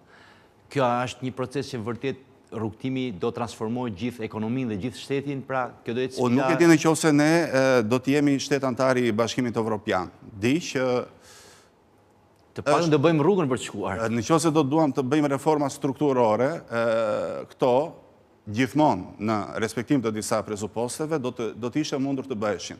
Por pikërisht se do të ishte mundur të bëheshin, edhe përgjegjësia është jashtëzakonisht shumë e madhe sepse nuk ka më justifikime, nuk ka asnjë lloj justifikimi. Duke mos konsideruar qeverisë pari, duke mos konsideruar edhe që gjithsesi qeverisja e parshme ka pasur defekte dhe nëse këto defekte nuk korrigjohen, do t'jenë akoma më të rënda, sepse do të thotë që ti krijon një rreth vicioz dhe jo një rreth virtuoz në lidhje me njerëzit që punojnë në gjitha strukturat e tua qeverisëse. Kjo qeveri e 4, ky mandati 4 i Partisë Socialiste, në fakt vjen me një peshë shumë madhe elektorale pra të reflektuar me votat tek deputetët, por nga krau tjetër ka dhe një faturë shumë madhe që është programi për pensionet, për rritjen e pensioneve, për rritjen e pagës minimale, për rritjen e pagës mesatare. Sa sfiduese do jetë në kontekstin aktual, duke qenë se qeveria tashmë është në pushtet, mund ta kishte bërë edhe përpara zgjedhjeve. Sa sfiduese do jetë për qeverinë e re kjo? A janë pikat rëndësishme, po themi? Është sfiduese sepse këto të gjitha diskutimet që bën ne, paga minimale, pensionet, janë të gjitha të lidhura me njëra tjetrën. Sidomos diskursi i pensionit nuk është një diskurs i ndarë nga ekonomia dhe struktura ekonomike e vendit, nga zhvillimi dhe ecja para e vendit, nga një mirëqenie e cila të lejoj shqiptarët që mos t'i ikin nga ky vend. Dhe mundësisht një mirëqenie e cila të lejoj edhe shtimin e popullsisë së këtij vendi, sepse pensionet janë të lidhura ngushtësisht me numrin e kontribuesve. Kështu që është e mundur, ose përgjegjësia është direkte tani në krijimin e kushteve që të krijohet një sistem ekonomik i qëndrueshëm, i cili, duke qenë se variabilet ekonomike janë të lidhura me njëra tjetrën, i cili në mirë funksionimin e tij të bëjë që gjitha këto variabile të përmirësohen. Dhe njëra nga këto është dhe pensionet, dhe pagat do të vinë dhe do të po flasim gjithmonë me sigurt në rastin më të mirë. Pra, në momentin që sistemi do të eci përpara, do të përmirësojë vetveten, atëherë edhe këto do të vinë vetvetiu, do të përmirësohen në mënyrë të qëndrueshme. Por që do të bëj disa llogaritë mira me arkën e shtetit. Do të rrisin pensione sepse normalisht do të marrësh parë nga diku tjetër dhe do humbasësh ato fonde që mund të investoheshin diku në zhvillim, do t'i marrësh, do t'japësh për pensione që të shkojnë në konsum që do të vej në import, dhe do të humbasësh një mundësi që një investim apo një diçka tjetër që do të jetë e vlerësuar. Paga minimale do jetë një farë mënyrë dhe rritje, por mund të prodhoj diçka të vogël, pra si nga konsumi, rreth 27%. Paga minimale, diskursi pagës minimale është i tillë që si diskursi pensioneve. Që lidhet me konsumin dhe me faktin e pritshmërive për të ardhmen që ka një kontribues i ri, po dhe për konsumin që vjen nga ata që janë pensionistë, paga minimale lidhet gjithmonë me një të punësuar, ose me një, pra arrin të ndihmoj dhe të siguroj atë dignitetin të siguroj në terma minimal dignitetin e një të punësuari dhe ky dignitet që shprehet në aftësinë për të konsumuar dhe në aftësinë për të jetuar. Një angazhim tjetër që është prezantuar në programin e Partisë Socialiste para zgjedhjeve që tashmë duket që do duhet të bëhet paktën në realitet, mbetet për të parë se si do t'jetë programi detajuar, por është ai që njoh paqja fiskale me biznesin. Pra një lloj konsensusi, një lloj marrëveshje autoriteteve shtetërore me biznesin për përcaktuar pra masën e tatim fitimit në bazën e një lloj vetë deklarimi si. Atëherë është një lloj qetësie mendore për biznesin. Fiskale, me thënë drejtën, unë më ka ngjelle fiksuar ai 10 vjeçari. Që është i shkuari, që një lloj amnistie. Jo vetëm ajo. Në Shqipëri, 5 vjet është detyrimi edhe për të mbajtur dokumentat fiskale. Pra, parashkruhet edhe detyrimi vetë. Pra, kur ti thua që unë do i gjopat e 10 viteve, të paktën për 5 vitet, për nga 5 e më përpara, është e drejta jote, sepse ato janë të parashkruara. Pra, është një diskurs thellësisht propagandë politike për pjesën e 5 viteve të mëparshme, ndërsa për pjesën për sa i përket nga sot e 5 vite para, është një ndihmë, është një lloj paqe me të shkuarën që po bëhet me biznesin për të rregulluar edhe paqen për ta. Mendoj që ka qenë diçka politike, e cila ka pasur në bazë edhe efektin e saj dhe në rezultatet e zgjedhjeve që pa. Po nuk besoj që ka një efekt të madh ekonomik. Nuk besoj se ka një efekt aq të rëndësishëm. Falja Gjoba. Megjithëse u falen edhe këto që ishin para zgjedhjeve, nuk besoj që kanë ngelur shumë Gjoba për të ushtyer. Po një pikë tjetër është ajo e rritjes në këtë mandat e GDP-s në 35 miliard, nga 25 në 35 miliard. Janë parashikuar një seri instrumentesh financimi, një bankë zhvillimi, programi Smart Albania, që injektohet në ekonomi rreth 2 miliard, është parashikimi 2 miliard euro. Për sa i përket rritjes GDP-s, mendoni që është një objektiv i arritshëm, është sfidues për qeverinë, sepse të rritesh me 10 miliard euro GDP-n është në një vend si ekonomia kërkon një rritje të përfitshme mbase që shkon diku te 6-7%. Ato janë objektiva dhe për të duhet të kesh shumë informacion për të thënë që se sa e mundshme është. Çdo gjë është e mundshme në momentin që këto instrumenta të reja funksionojnë në mënyrën e dur, sepse krijojnë atë që quhet një rreth virtuoz. Dhe normalisht rrisin dhe qarkullimin e pares në ekonomi dhe normalisht kompensojnë atë që sot nuk funksionojnë, që është multiplikatori bankar. Pra, në Shqipëri është shumë i ullët, është më pak se sa një, është gjysma, pra raporti kredi mbi depozita është 1/2, po thuajse, rreth 1/2. Ndërkohë që në vendet e tjera, të cilat kanë qenë në fazat e zhvillimit, kjo ka qenë edhe 3-4. Dhe kjo lloj diferencë tregon qarkullimin e pares në ekonomi, që do të thotë që ekonomia ecën dhe punon. Dhe në këtë mënyrë, me këto instrumentat e reja, sidomos me Bankën e Zhvillimit, nëse ne do të arrijmë, domethënë që ta përdorim në mënyrën e dur, duke evituar konkurrencën, po themi, dhe duke evidentuar në mënyrën e kam problem, sepse ato fokusimi nuk është direkt konkurrent me tregun bankar, sepse edhe në objektivat e saj është ajo që është e fokusuar në tregjet cilat nuk financohen, sot për sot. Bujësia kryesisht të tjetë, besoj? Bujësia, i mungon edhe fondet e i partit. Dhe investime në ndërmarrje që kërkojnë teknologji të reja, ose ndërmarrje të cilat kërkojnë një kthim afatgjatë të investimit të tyre, gjë e cila sot nga banka nuk bëhet, sepse kërkojnë një historike dhe nuk janë banka investimi. Kështu që to lloj investimesh duke krijuar edhe duke patur një kthim në ekonomi, ky kthim në ekonomi pastaj do të xhirojë, do të kompensojë këtë pjesën e mungesës së qarkullimit që vjen nga sektori bankar dhe mbase me të drejtë me historikun që kemi pasur neve dhe duke mos pasur ato qëllimin e zhvillimit dhe kanë qëllim fitimin, kështu që nuk është për te programit të Partisë Socialiste tashmë dhe mandatit 4 të saj. Çfarë mesazhi kanë dhënë për ekonominë, mënyrën se si është zhvilluar procesi zgjedhor deri tani, po themi përmendet pak më parë, pra kemi pasur programe, ide, është diskutuar. Zakonisht kur shohim raportet ndërkombëtare dhe sidomos ato që kanë interes ekonomik, zakonisht shohin si faktor, po themi, destabiliteti politikën. Mënyra se si është zhvilluar ky proces, ka dhënë një mesazh deri tani të paktën mbetet për të parë si do shkojë. Ka dhënë një mesazh për qetësi, po themi, për tregjet apo e kuptova qartë. Mesazhi që ka dalë nga këto zgjedhje ky është që normalisht kemi një stabilitet politik, sepse diferenca e votave është aq e madhe sa që nuk ka më konkurrent.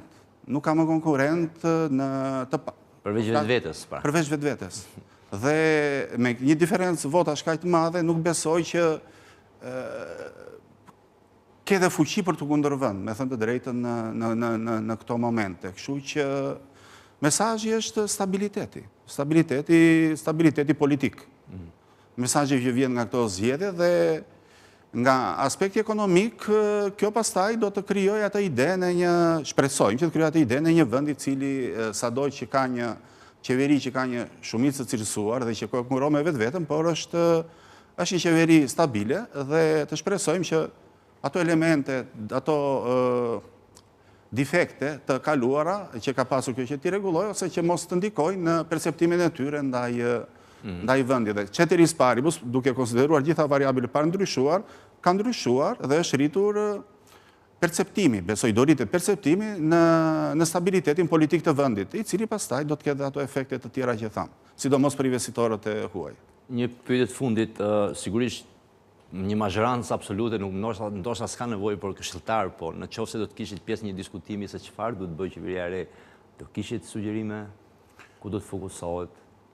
Atëherë, Përshën ato prioritetet, po themi ato pikat e vështira. Gjë e parë është ne jemi njerëz të cilët nuk jemi të përfshirë në politikë ose në dhomat në cilat merret vendimarrja, por në qoftë se na dëgjon dikush, siç është dëgjuar më së fundi Banka e Zhvillimit, por që të ketë qëllimin e vërtet në zhvillim dhe jo për të kompensuar mbase fondet e AIPARD-it. Fondet e munguara nga diku tjetër dhe munguan fondet dhe u gjet mënyra, pra u pranua një diçka që përpara quhej. Gjitha partitë politike ishin me tjetrin lidhje, bien dakord. E para është diversifikimi i zhvillimit të vendit. Pra,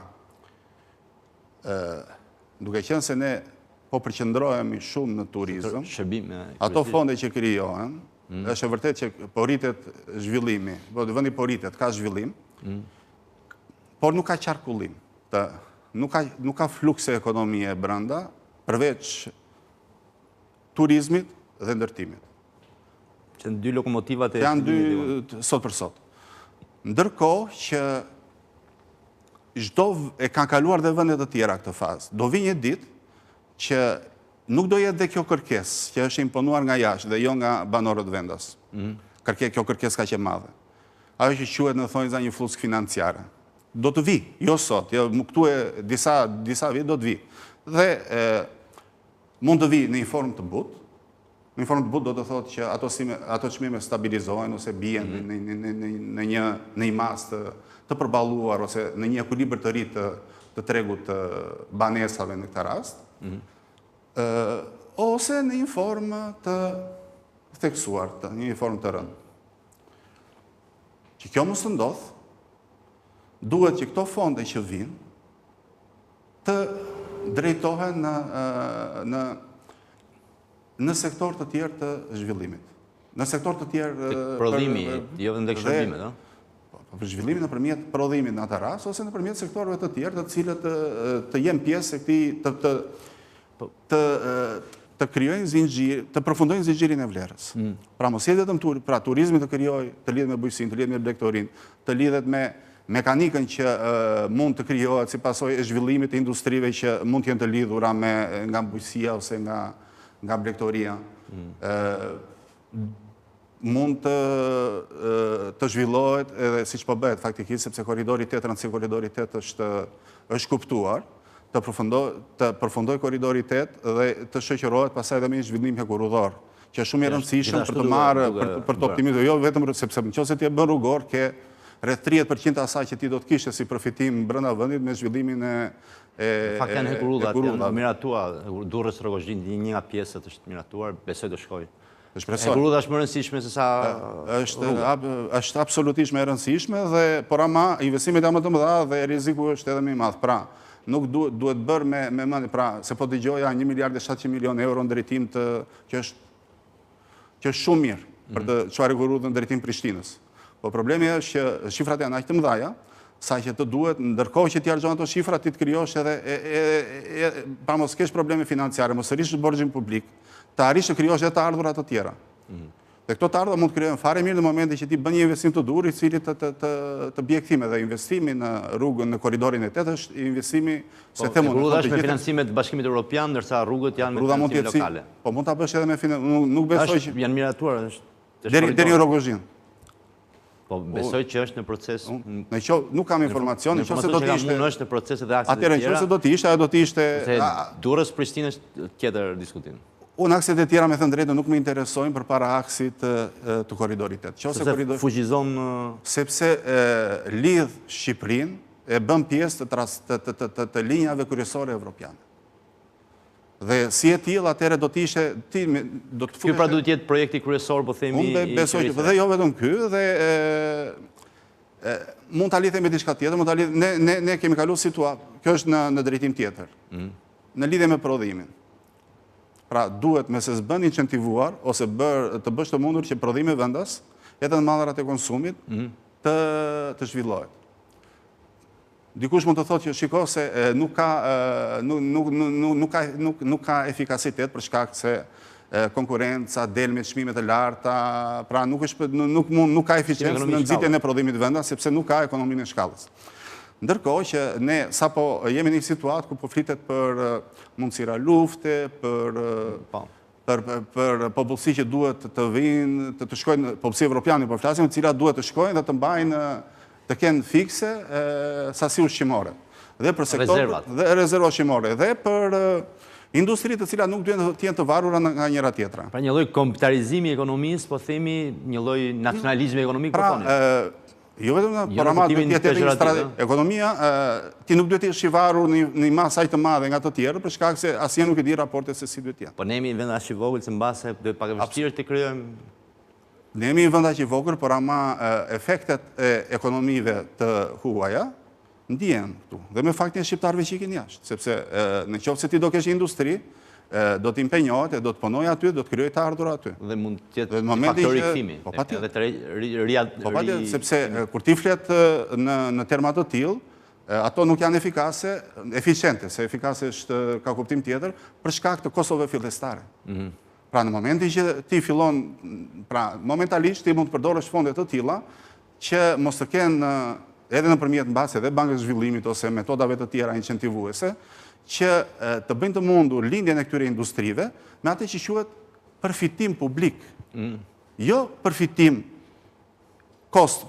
përfitim ekonomik thjesht, domethënë me qëllim fitimi. Në momentin që ti e krijon dhe ngres si industri, atëherë mund të bësh edhe atë atëherë këto ndërmarrje dalin në treg dhe konkurrojnë në një treg të lirë, le ta quajmë treg të lirë në atë rast. Por ama pa pasur nxitje, është e pamundur pikërisht se mungon eficienca e investimit vet. Zoti Sala, ju falenderoj për mendimet që ndat me ne dhe sigurisht dhe këshillat tuaja dhe për qeverinë e re. Në studio na është bashkuar zoti Ilir Brasha, ekonomist, data analist, për të bërë një lloj analize pak për ndarjen e mandateve. Kemi pasur më përpara në studio ku kemi bërë disa lloj projeksionesh për votën diasporës, është momenti tani kemi një panoramë më të plotë.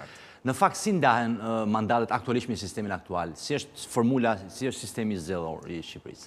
Përshëndetje, që nga viti 2021, ne që do të thotë për herë të parë në këto zgjedhje, formula matematikore që ka qëndruar për llogaritjen e mandateve është dëhënd. Por ne përdorim sistemin zgjedhor proporcional rajonal, që do të thotë ku secili nga rajonet, përkatësisht që rakordojnë me 12 qarqet, ka shërben si zonë elektorale dhe secili nga këto rajone nxjerr disa mandate të caktuara, siç është rasti i Tiranës që nxjerr 37 mandate, që është qarku që nxjerr apo zona elektorale që nxjerr më shumë mandate, deri tek qarku i Kukësit i 12, i cili prodhon më pak mandate në numër, siç është rasti. Numri i mandateve caktohet kryesisht nga zgjedhësit e regjistruar, si funksionon? Numri i mandateve caktohet me gjithë zgjedhësit që janë të regjistruar në listë për të votuar, që do të thotë të gjithë zgjedhësit që janë në regjistrin civil mbi moshën 18 vjeç. Ne kemi bërë diçka për të shikuar nëse numri i mandateve për secilin qark është i drejtë apo jo, bazuar në projeksionin e votave të paraprakisht, në projeksionin e votave të 2021 dhe gjithashtu edhe në rezultatet e sondazheve dhe bazuar edhe në shpërndarjen nëpër qarqe. Dhe rezulton që përkatësisht Tiranës i mungojnë, nëse marrim edhe votat e emigrantëve dhe votat e atyre që kanë votuar në Tiranë, Tiranës i mungojnë 5 mandate, që do të thotë nga 37 mund të shkojmë në 42. Po kështu ndodhe me disa qarqe të tjera ku kemi lëvizje mandatesh, përkatësisht disa janë me humbje dhe disa janë me rritje, por hendekun më të madh numër mandatesh që duhet të kishte bazuar në hersin përkatësisht e fundit të secilit mandat, duhet të prodhonte përkatësisht 42 mandate Tirana. Por ndërkohë qarqet e tjera do humbisin fakt. Qarqet e tjera. Ndërkohë me formulën dëhonde, cila përllogaritet dhe shpërndarjen e mandateve sipas secilit qark, çfarë ndodh? Kjo penalizon pikërisht partitë më të vogla, duke favorizuar partinë më të madhe. Më e favorizuara padyshim është partia që siguron numër më të lartë votash, pra në këtë rastin konkret Partia Socialiste, pastaj më e favorizuar pavarësisht se duket disi e disfavorizuar është partia e dytë që rakordon me Partinë Demokratike ose me koalicionin Alianca për Shqipërinë Madhështore, dhe pastaj gjitha partitë e vogla nga sistemi zgjedhor aktual, për shkak të ndarjes në 12 zona elektorale, e kanë të pamundur të prodhojnë deputet në shumicën e qarqeve, që ndikon drejt për drejti në votimin e publikut, që do të thotë një vot në qarkun e Kukësit, në Gjirokastër, në Dibra, apo në disa qarqe të cilat kanë numër apo prodhojnë numër të ullët mandatesh, e ka të pamundur të lexohet, që do të thotë nuk arrin të prodhojë mandat, përkatësisht për partitë e votat që nuk marrin vlerën e duhur, pra. Po. Që do të thotë disa vota në qarkun e Kukësit, pavarësisht se kanë shkuar për, le të themi, për lëvizjen bashk, për Partinë Mundësia, për lëvizjen Shqipëria Bët apo për partinë e të tjera të cilat nuk kanë arritur të sigurojnë mandate, këto vota shërbejnë apo shkojnë të palexuar duke mos prodhuar asnjë mandat. A kemi një disbalancim të votës, të peshës reale që ka vota nga njëri qark nga ky sistem, pra që një vot po themi në Vlorë mos jetë barabartë me një vot në Tiranë apo për shkak të mënyrës ndarjes? Padyshim, kjo gjë vret, unë vret edhe në vitin 2021, kur ishte sistem pak më ndryshe, por vret edhe tani ku disa qarqe kanë herës më të ulët. Ndërkohë që disa qarqe të tjera kanë herësin më të lartë, përkatësisht duke ndalur tek mandati i fundit. Supozoj, tani jemi shumë afër pranë rezultateve përfundimtare të këtyre zgjedhjeve, por Tirana ka herësin më të lartë, që do të thotë duhen më shumë vota në qarkun e Tiranës nga një parti politike për të siguruar një mandat të caktuar. Ndërkohë që në rastin konkret në qarkun e Vlorës, i cili ka edhe një pjesëmarrje më të ulët të numrit të votuesve aktual, por gjithashtu edhe numri i mandateve nuk rakordon përkatësisht me numrin e zgjedhësve të cilët kanë vendosur të votojnë, këtu kemi një herës më të ulët. Prandaj pesha e votës është më e lartë në qarkun e Vlorës, sepse mund të themi me 8.000 vota mund të arrish prodhosh deputet, ndërkohë që në Tiranë mund të duhen rreth 13.000 vota. Rasti konkret është pikërisht në rastin e qarkut të Fierit, ku herësi përkatësisht është 90.000 vota. Që do të thotë tani po lëvizet mund të luhet një mandat në qarkun e Fierit, ku flasim që një mandat i Partisë Socialiste, pra nga 83 në rang vendi, mund të shkojë në 82, duke kaluar në 2 mandate për Partinë Nisma Shqipëria Bëhet. Pra Nisma Shqipëria Bëhet mund të sigurojë një mandat. Ç'e bën diferencën këtu? Diferenca në këtë rast ngelet tek vota diasporës. Nëse vota diasporës shkon më shumë për kandidatët apo për Partinë Nisma Shqipëria Bëhet, në këtë rast kjo apo ky koalicion arrin që të prodhojë 2 mandate. Pra, një mandat një fier, sepse një e ka siguruar në qarkun e Tiranës. Ka diskutimet shumëta në fakt që kush janë përfituesit real dhe duket që përfituesit dihet që janë 2 partitë e mëdha dhe shton vazhdimisht që ky sistem favorizon partitë e mëdha. Në fakt, është parë një superfitore e Partisë Socialiste me numër mandatesh, pra dhe ka krijuar diskutime. Nëse do të ishim në një sistem tjetër, pra si do ndryshonte panorama? Do ishim panoramë tjetër apo? Tani, është pyetje shumë e bukur sepse na tregon disa realitete se si mund të ndryshonte rezultati në bazë të formulave të ndryshme apo sistemeve me ndryshime të ndryshme në sistemin zgjedhor, në kodin zgjedhor përkatësisht. Ne shikojmë që Partia Socialiste ka marrë pothuajse 52-53% të votave në total rang vendi. Por është përkthyer në më shumë se afër 3/5 në mandate, që do të thotë rreth 60% në mandate, që do të thotë proporcioni është më i madh se sa pesha e votave reale që ka marrë. Nëse ne votat e 2025-ës që janë marrë deri tani aktualisht, sepse mund të ketë ndonjë ndryshim tek tuk, i përkthejmë në mandate, por duke përdorur një sistem elektoral me një zonë zgjedhore, që do të thotë proporcional kombëtar. Gjithë Shqipëria është një zonë elektorale. Një zonë elektorale, gjithë Shqipëria, nuk kemi mandarin sipas 12 qarqeve, por 140 deputetet i përkasin një zonë zgjedhore që përkon me gjithë territorin e Republikës së Shqipërisë. Rezulton që Partia Socialiste nuk do të siguronte 83 mandate, por do arrinte në 75 mandate. Përsëri do të ruante shumicën, por nuk do shkonte drejt shumicës së cilësuar, por do arrinte një shumicë të thjeshtë. 71 plus në rastin konkret 4 mandate, që do të thotë do siguronte një mandat më shumë se sa zgjedhjet e vitit të kaluar. Më parshme. Pra nuk ka një diferencë kaq frikshme po të ishim në sistem. Nuk ka një diferencë kaq frikshme, por përsëri është ndryshimi jashtëzakonisht i madh në rastin konkret, sepse me rezultatet aktuale jemi afër shumicës së cilësuar, ndërkohë që me sistemin kombëtar proporcional mund të shkonim afër shumicës së thjeshtë. Ndërkohë, Partia Demokratike Koalicioni Shqipëria Madhështore do arrinte të siguronte 49 mandate, pra 3 më pak se sa aktualisht. 5 mandate do arrinte të siguronte Nisma Shqipëria Bëhet, nga 1 aktualisht, 5 mandate, që mund të ketë edhe 1 plus në fier që diskutuam më përpara, që do të thotë 3 plus ose 4 plus. 4 do siguronte Partia Mundësia, që aktualisht ka 2 mandate, por mandati i dytë në Sharkun e Tiranës është i dyshim, përsa kohë deri në votën e fundit të... Nuk është konfirmuar 100%. Akoma nuk është konfirmuar 100%, sepse mund të ndryshojë rezultati qoftë nga votat e emigrantëve apo nga votat e tjera të panumëruara. Partia Social-Demokrate nga 3 mandate që ka aktualisht do shkonte në nivelin e 4 mandateve, si dhe 1 mandat do të asiguronte koalicioni Euroatlantik. Ndërkohë, Lëvizja Bashkë nga 1 mandat që ka siguruar aktualisht do të siguronte 2 mandate. Pra, me sistem realitet të ri politik do prodhonte, patjetër. Sepse në rastin konkret, partitë e vogla do arrinin që të siguronin duke hequr Partinë Socialdemokrate, e cila nuk është një parti e re pavarësisht se është parti e vogël, duke marrë vetëm Lëvizjen Bashkë, koalicionin Euroatlantik, Partinë Mundësia, si dhe Nisma Shqipëria Bëj, do arrinin në 12 mandate, që do të thotë 4 partitë, Nisma Shqipëria Bëhet, Partia Mundësia, Lëvizja Bashkë, si dhe koalicioni Euroatlantik do arrinin në 12 mandate, që do ishte... Një grup më shumë se sa duhet një grup, po... Nëse do ishin bashkë në zgjedhje, do arrinin edhe grupin parlamentar. Ndërkohë, bëra edhe një rast tjetër nëse zgjedhjet do ishin me koalicione parazgjedhore, që do thotë nëse do ishin bërë bashkë, mora 3 partitë e reja, Lëvizja Bashkë, Nisma Shqipëria Bëhet dhe Partia Mundësia. Në këtë rast, në fakt, nuk do kishte ndonjë ndryshim kaq drastik në numrin e mandateve të shpërndara, por gjithsesi këto parti do arrinin që të siguronin 2 mandate më shumë. Pra, nga aktualisht që kanë 4, potencialisht 5, do të shkonin në 6, potencialisht 7 mandate. Që përkatësisht 1 do fitonin në fier, për shkak të grupimit të votave dhe votave të cilën ngelen plus nga herësi i fundit i mandatit, dhe 1 në Vlorë. Në Qarkun e Florës. Në këto zgjedhje, deputetet, pra rënja pjesëmarrjes, prodhon një deputet që dalë më pak vota apo më shumë? Pra cila është tendencë? Rënja pjesëmarrjes zakonisht prodhon një deputet i cili del nga rezultatet me më pak vota.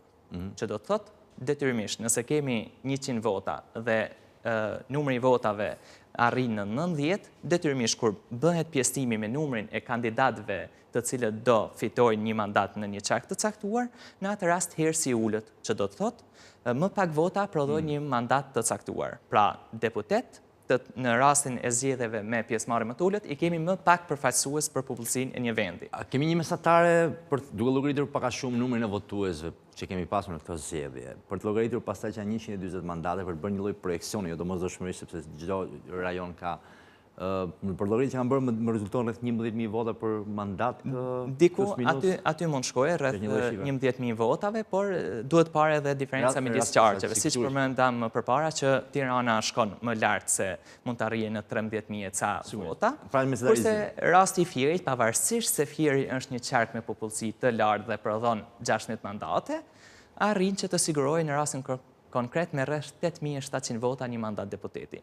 Kjo ndodh për shkak edhe të shpërndarjes së votave tek të disa parti, sepse tek sa më shumë parti që kanë marrë pjesë në zgjedhje, qoftë ato të mëdha apo të vogla, të shpërndahet vota, aq më i ulët është edhe herësi. Pra zgjedhjet janë strategji elektorale matematik, pra dhe fitoria vjen edhe nga këto përllogaritë, apo ose zakonisht mendojmë që është vetëm frym politik, por është edhe përllogaritë matematikore. Është edhe përllogaritë matematikore. Në fakt, çfarë lloj sistemi mendoni që mundi, pra do kemi besoni që do kemi diskutime për sistemin elektoral sepse kemi diskutime të tilla që për ta ndryshuar apo do mendoni që cilat janë eksperiencat po themi të vendeve të tjera? Padyshim gjithmonë ka pasur propozime për të ndryshuar sistemet elektorale. Ne aktualisht nuk kemi bërë asnjë palë zgjedhje me një sistem apo 2 palë zgjedhje të njëpasnjëshme me të njëjtin sistem. Kemi ndryshuar gjithmonë. Gjithmonë kemi ndryshuar përpara se të hyjmë në zgjedhje parlamentare. Që do thotë asnjëherë kemi provuar një sistem zgjedhor të paktën në 2 zgjedhje radhazi. pa dyshim që do ketë propozimi për të ndryshuar sistemin elektoral, sidomos kjo vjen nga partitë e vogla, duke qenë se marrim konkret votat e partisë nismës koalicionit, më falni, të nismës Shqipëria Bëhet, e cila me më shumë vota se Partia Socialdemokrate arrin të sigurojë 1 mandat deri më tani dhe dyti në pikpyetje, ndërkohë që Partia Socialdemokrate arrin që të sigurojë 3 mandate. Dhe kjo ndodh pikërisht për shkak të se shpërndarja e votave të nismës Shqipëria Bëhet është në rang vendi, që do të thotë ka një shtrirje më të gjerë të votbesimit, ndërkohë që Partia Socialdemokrate ka votat përqendruar në disa qarqe. Përkatësisht flasim për Tiranën, për Shkodrën dhe në disa qarqe të tjera në të cilat nuk ka arritur që të prodhojë mandate deputeti, siç është rasti i qarkut të Kukësit. Në rang kombëtar duket se tashmë procesi i numërimit të votave ka arritur drejt fundit, ndërkohë votat e diasporës janë pak me një ritëm më të avashtë, mbasi pritet që duke grupuar në një vend duhet të ishin mbaruar, në fakt, logjika përpara zgjedhjeve kjo ishte. Këto votë diaspore ku mund të ndikojnë në analizën tuaj? Pra ju përmendë pak më parë Shfieri, një nga qarqet që mandati që mund të ndikojë drejt për drejt duke parë edhe ecurinë dhe projeksionin e votave të diasporës, i vetmi mandat që mund të ndryshojë për momentin nga votat e diasporës është vetëm në qarkun e Fierit, ku një mandat mund të shkojë për nismën Shqipëria Bëhet, ku drejt duke i hequr pra këtë mandat Partisë Socialiste. Në qarqet e tjera pak a shumë vota mandatet janë konsoliduar. Përkatësisht konsolidim flasim duke parë edhe diferencat midis votave të diasporës që arrin deri më tani.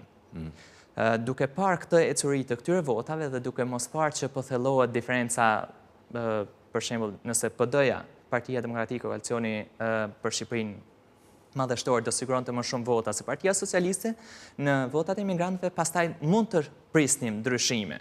Por në rastin konkret, duke parë që diferenca është jashtëzakonisht e thellë, relativisht e thellë midis PS-s në avantazh kundrejt Partisë Demokratike Koalicioni për Shqipërinë madhështor, në këtë rast nuk do kemi një ndryshim. Përveç qarkut të Fierit që mund të shkojë një mandat shtesë për partitë e vogla dhe gjithashtu në qarkun e Tiranës votat e diasporës mund të ndihmojnë për të konsoliduar mandatin e dytë të Partisë Mundësia. Po ky mandat është akoma në pikpyetje, besoj? Akoma është në pikpyetje sepse votat e diasporës kemi akoma një pjesë të relativisht të madhe të tyre të panumëruar, përkatësisht edhe në qarkun e Tiranës, të cilat mund të ndikojnë drejt për drejt në konsolidimin e mandatit të Partisë Mundësia, që mund të shkojë ose për Partinë Mundësia ose për Partinë Demokratike Aleanca. Beteja këtu është mes Mundësia dhe PD-s, në Fier është mes PS-s dhe nismës Shqipëria Bëhet. Kjo është në dy qarqet kryesore të vendit që prodhojnë më shumë mandate. Zoti Brasha, ju falenderoj për informacionin që ndatë me ne. Faleminderit juve.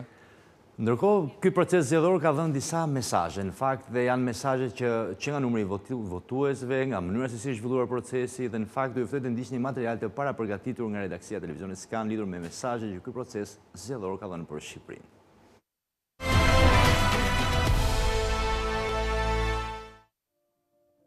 Zgjedhjet parlamentare të 11 maj 2025 dhanë më shumë se një rezultat numerik. Ato ofruan një pasqyrë të qartë të gjendjes së sistemit politik shqiptar, të balancës mes aktorëve kryesor, të pritshmërive qytetare dhe drejtimit që vendi po merr në përpjekjen për modernizim politik, ekonomik dhe institucional. Me më shumë se 80 mandate të fituara, Partia Socialiste jo vetëm që siguroi një shumicë të rehatshme për një mandat të 4 radhazi, por edhe thelloi pozicionin e saj në disa qarqe të kyçe si Tirana, Elbasani, Fieri dhe Vlora. Ky rezultat mund të lexohet si një vot për stabilitet dhe vazhdimsi.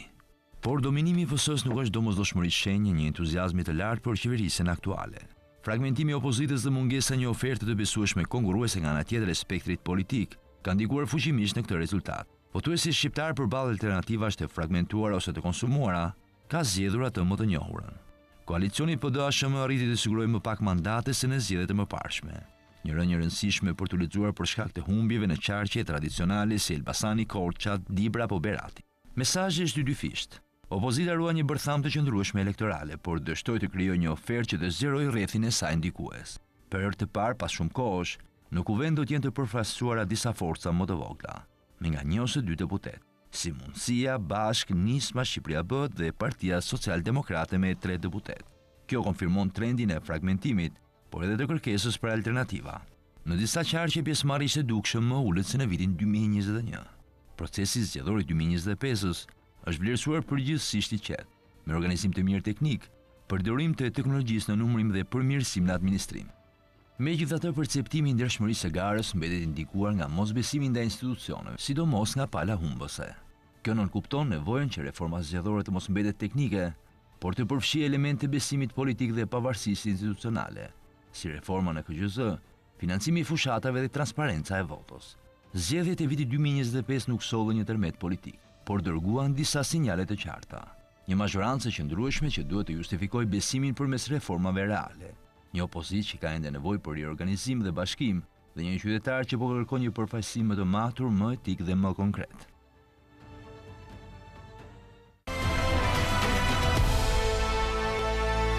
Dhe në fakt janë edhe vetë liderit politikë që kanë filluar të japin mesazhet e para për ecurinë e procesit zgjedhor dhe për njohjen ose mosnjohjen e tij. Kemi parë ditën e sotme kreun e Partisë Demokratike që ka paralajmëruar mosnjohjen e zgjedhjeve dhe nisjen e protestave në Tiranë, sigurisht ditën e premte, ndërkohë pritet që ditën e nesërme kryeministri në detyrë, i cili është rimandatuar për një mandat 4, zoti Edi Rama, do të mbajë një fjalim që do të jetë një mesazhin e parë të pas-zgjedhjeve, që deri tashmë nuk e ka dhënë asnjë mesazh. Ndërkohë ju ftoj të ndjekim deklaratën e bërë nga kreu i Partisë Demokratike, zoti Sali Berisha.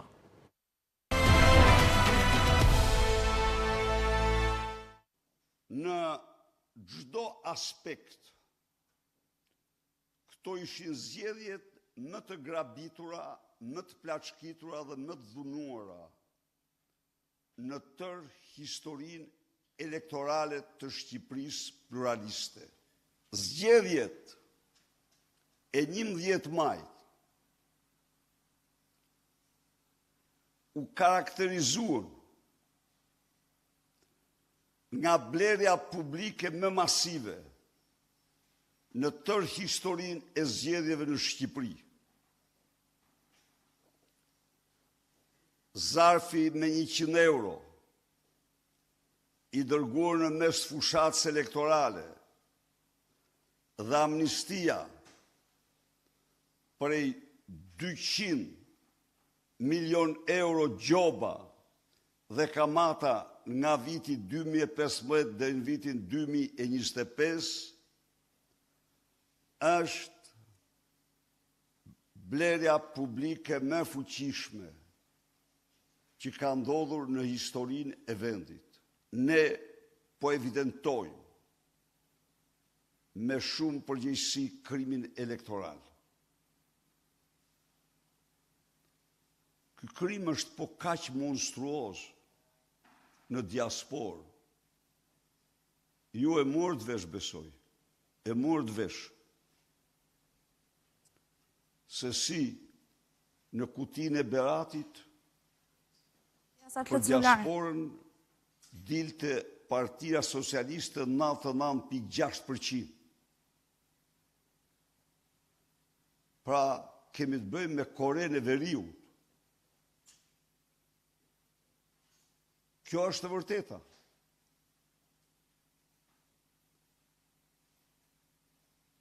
Në qoftë se nga Greqia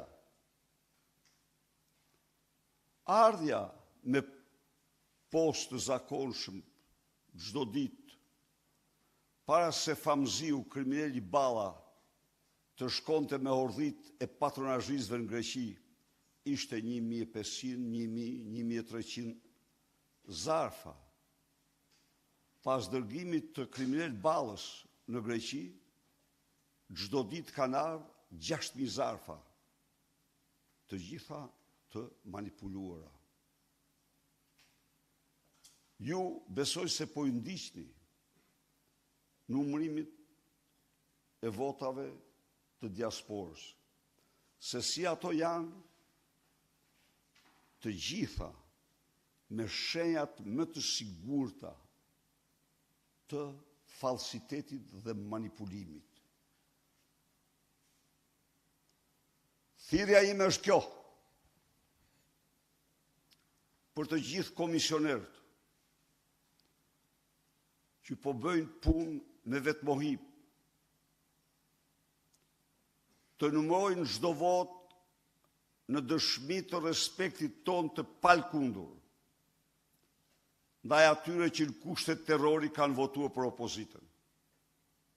Çdo vot.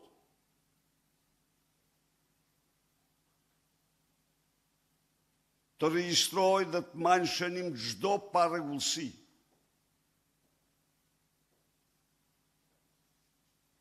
Librizi këtyre zgjedhjeve shkruhet me datën 16 në ora 17 në bulevardin Zogu i Parë për të sensibilizuar opinionin publik botëror mbi krimet monstruoze të përbindshit elektorale Edi Rama, që nuk respekton asnjë rregull, asnjë ligj kombëtar dhe ndërkombëtar për zgjedhjet. Protesta do të jetë paqësore. Ne garantojmë se nuk do ketë probleme që të cenojnë në shkallën më të vogël sigurin e dinjitarëve që vinë, por duam që ata ta mësojnë se kanë qenë të ftuar nga një narkodiktator që nuk njeh ligj as moral për votën dhe vullnetin e qytetarëve të tij.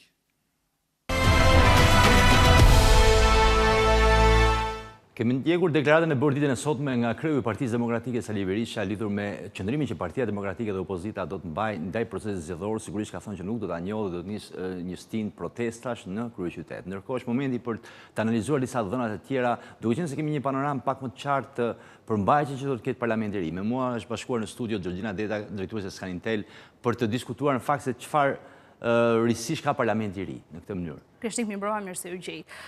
Skanintel që në daljen e listave analizoi ndarjen sipas gjinive të kandidatit dhe moshës. Dhe gjithashtu bëri një shpërndarje të profesioneve, të paktën nga ato të cilët listat kishin emra dhe ishin deklaruar pra profesioni, mosha edhe gjinia në një farë sensi. Megjithatë, tani më që kemi dhe shumë pak kuti për t'u hapur, mund të bëjmë një panoramë të qartë se si do të jetë përbërja e parlamentit të ri, le të themi kështu, sa i përket moshës së përgjithshme, qofse marrin të 12 qarqet, nuk është se ka ndonjë ndryshim krahasuar, ndryshim të madh, le të themi, sa i përket krahasimit me vitin 2021, megjithatë një farë diferencë e ka. Pra, duket sikur parlamenti i ri do të jetë më i plakur se sa i vitit 2021.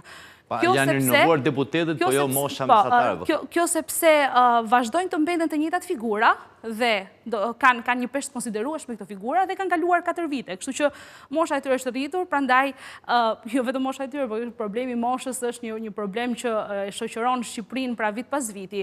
Dhe unë doja të ndalesha edhe në treguesit demografik që dolën së fundmi nga Instati dhe tregonte pra një rënje të mëtejshme të numrit të lindjeve. Megjithatë, nëse nisim me grafikun e parë, i cili është qarku më i madh i Shqipërisë, pra qarku i Tiranës, aty ku është bërë dhe lufta më ashpër, ndarja më e madhe, pra ato partitë të cilët rrezikuan dhe ato të cilët nuk rrezikuan, por le ta nisim me këto 3 informacione të thjeshta për të parë një dimension ndryshe pra përbërjen e parlamentit të ri dhe le ta nisim me deputetët, pra kandidatët të cilët kanë dalë të fituar deri më tani. Pra janë analizuar ato emra të cilët kanë dalë të fituar deri më tani. Sigurisht Skanintel më vonë, pra me daljen e emrave zyrtar, do të bëjë analiza më të thelluara sa i përket secilës karakteristikë. Mosha mesatare atyre kandidatëve të cilët kanë dalë fituar pra sa i përket qarkut të Tiranës, pra nga ato 37 mandate, është 47.4 vite. Nga ana tjetër, gjinia nëse shohim përbërjen, meshkujt zën 57% në këtë qark dhe femra 43%. Dhe profesioni gjithmonë sipas listave pra të shprehura të depozituar në KQZ kanë kryesisht poste politike. Pra janë politikan, shumica atyre që kanë fituar kandidaturën pra në këtë qark. Kryesisht janë ministra, deputet, arsimtar dhe ka dhe një përqindje të vogël të mjekëve. Le të kalojmë te grafiku i radhës për të parë se si do të jenë karakteristikat kryesore. Pra dhe është qarku i Durrësit. Mosha e qarkut të Durrësit është pak më e lartë se sa Tirana, me mesatarisht 50.3 vjeç dhe nëse shohim gjinin ka një peshë meshkujt pra në këtë qark, ato të cilët kanë fituar pra shumicën e votave për të qenë pjesë e parlamentit të ri, zën pra një peshë për 71% dhe femrat 29%. Për pak kanë rreth dhe kuotën e barazit gjinore diferencë me një. Do shohim në qarqet më tej ka qarqe që në fakt kanë arritur kuotën e barazit gjinore. Dhe janë ato qarqet që kanë edhe numrin më të ulët pra të deputetëve dhe kanë patur një shpërndarje të barabartë, le të themi kështu, gjithmonë sa i përket votave qytetarët kanë derdhur për ta. profesioni vijojnë pra të mbetemi në një... Deputet që janë qenë përpara janë rikonfirmuar. Përpara janë akoma, deputet jurist dhe mjek pra në qarkun e Durrësit. Paka shumë pra këto janë 3 karakteristikat kryesore që shoqërojnë të qark sa i përket kandidaturave që do të jenë të nesërmen pra në Parlamentin e ri. Do të kalojmë të qarku i radhës për të parë se si paraqiten këto 3 pra element indikator, le të themi kështu. Mosha mesatare në Elbasan është 43.2 vite dhe dua të theksoj në këtë rast që Elbasani është ndërqarqet që ka edhe moshën më të re të kandidatëve që kanë fituar. Sa i përket shpërndarjes është e njëjta para shumë me qarkun e Elbasanit, pra me 71% meshkuj dhe 29% femra, dhe profesioni deputet, drejtor, avokat ose mjek. Në grafikun e radhës do të shohim sërish të njëjtë tregues dhe shohim fierin. Pra 45 vite mesatarja e moshës së kandidatëve të cilët kanë fituar në fier. Dhe këtu paka shumë sa i përket gjinis jemi afër asaj kuotës gjinore, meshkujt përbëjnë 56%, ndërkohë nga ana tjetër femrat përbëjnë 44%. Dhe sa i përket profesionit, pra deputet ministër, këto kandidat kanë poste deputet dhe poste ministrore dhe po ashtu edhe mjek. Në qoftë se rikujtojmë një ndër puntatat e para të Election Room, ku unë solla profilin e një kandidati të Partisë Socialiste dhe profilin e një kandidati të Partisë Demokratike, pra kanë punuar në administrat kryesisht, kishim mjek, kishim dhe arsimtar. Pra ndaj, në momentin që do të kalojmë këto grafik, do të shohim që ky profesion pra do të vijoj të mbetet, sepse kanë patur dhe peshën më të madhe të profesionit ndër 2026 kandidatët që kanë garuar në 11 maj.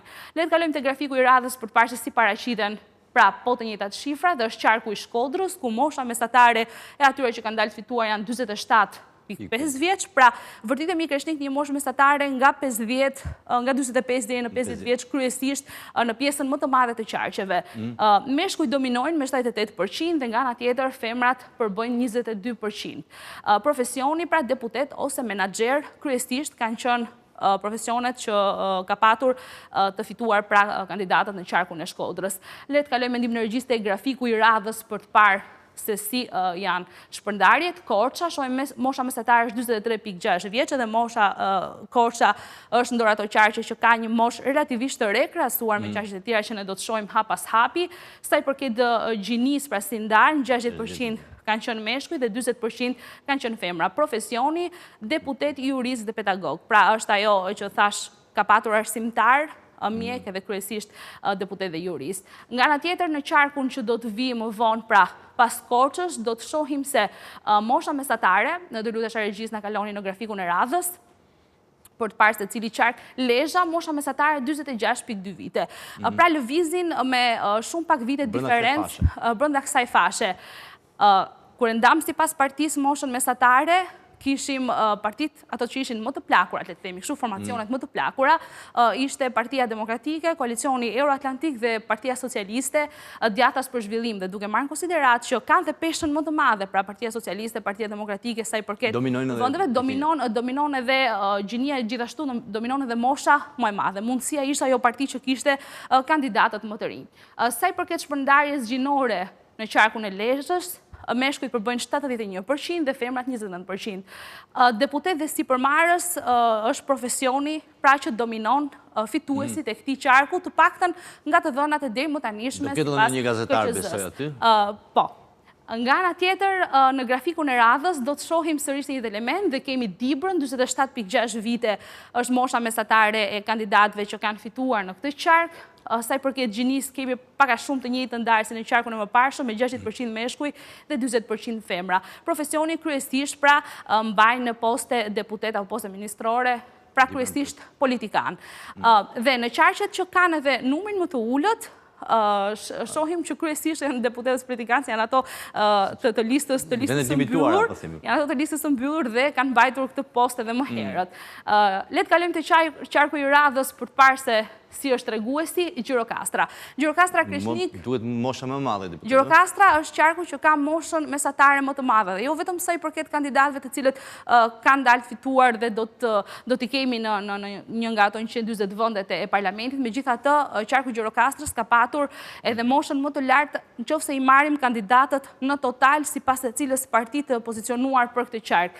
Dhe ndërkohë nga ana tjetër është e pritshme sepse Gjirokastra është në ndër qarqet më të plakuara të Shqipërisë dhe censi tregoi që Gjirokastra dhe Shkodra janë ato të cilët kanë pasur dhe rënien më të madhe të popullsisë. Sa i përket ndarjes gjinore kemi 50-50, pra 50% janë meshkuj dhe 50% janë femra, është një ndarje drejtë kjo dhe profesioni politikan dhe ekonomist kryesisht dominojnë pra fituesit në këtë qark. Më tej unë e theksova medaljen e shifrave zyrtare, pra emrat zyrtar nga institucionet, nga instancat përkatëse, ne do të analizojmë në faqen e Scanintel se cilin CV të këtyre 120 deputetëve do të analizojmë në mënyrë të detajuar të sjellim për publikun. Megjithatë, çfarë vije të re kështu nga gjithë kandidaturat, kryesisht është shumë e vështirë të gjesh CV dhe këtë gjë nuk e kam hasur, këtë problem nuk e kam hasur vetëm në këto zgjedhje, pra por edhe më herët e kam hasur si problem. Pra CV-t e kandidatëve janë disi të cunguara, nuk është e lehtë t'i gjesh. Është një element, po themi që nuk japin rëndësinë e duhur. Është një element që nuk japin rëndësinë e duhur, që duhet të ishte pra e afishuar diku në mënyrë që të kemi transparenci që e përmendet, por edhe të njihet personi i cili do të përfaqësoj këto qytetarë të nesërmen. Do të kalojmë te grafiku i radhës për të parë se si Vlora, shohim mosha mesatare Vlorës është 48.1 vite, kemi një dominim të meshkujve me 75%, ndërkohë femra 25%, profesioni, deputet, pedagog dhe gazetar. Nuk e di nëse na ka ngelur më qark pra për të analizuar, besoj duhet kemi Dibrën, mendimin e regjisë do të kalojmë te grafiku i radhës për të parë se si pra janë të shpërndara. Megjithatë Kreshnik qofse... Besoj që gazetar nuk do ketë vetëm Vlora, besoj do ketë edhe në Lezhë, ka Tirana ka gazetar. Po, Tirana ka gazetar, në Lezhë ka gazetar. Kemi pasur një garë gazetarësh, disa që nuk kanë fituar. Vlora ka gazetar, unë e theksova do t'i analizojmë secilin, do të vendosim emrin e secilit kandidat në qendër kombëtare të biznesit për të parë se sa biznesmen ka, për të parë se sa ekonomist ka. Megjithatë, ajo çka vije të re nga të dhënat e përgjithshme Kreshnik, shohim që Shqipërinë do ta përfaqësojnë kandidat me një moshë mesatare nga 45 deri në 60 vjeç, qofshë marrim konsiderat edhe qarkun e Gjirokastrës, po kryesisht në një moshë mesatare mbi 55 vjeç, do të dominohet kryesisht nga meshkujt. Qarku i Tiranës është ai që ka patur më shumë femra kandidate, vlen për ta përmendur, do të drejtohet kryesisht nga meshkujt dhe do të kenë një profesion të tillë. Kryesisht do të kenë mbajtur një post ministror, deputet apo do të jenë pedagogë edhe mjek. Pra pak a shumë këto tregojnë. Do të jetë panorama e parlamentit të ri që ne do të kemi. Do të jetë panorama e parlamentit të ri, megjithatë hap pas hapi ne do sillim të dhëna mjaft interesante, ashtu që të trajtojmë gjithmonë për të parë se çfarë karakteristikash kanë ato të cilët do të na udhëheqin, gjithmonë nisur nga emrat që kanë dalë. Gjërgjënë të falenderoj për gjitha informacion që ke ndarë me ne, studime shumë interesante, që besoj janë një të dhëna të cilat mund të shërbejnë për shumë dhe shumë gjëra tjera. Edhe të dhëna që tregojnë në fakt karakterin e politikbërjes dhe politikanëve në Shqipëri. Kreshnik, faleminderit ju. Faleminderit.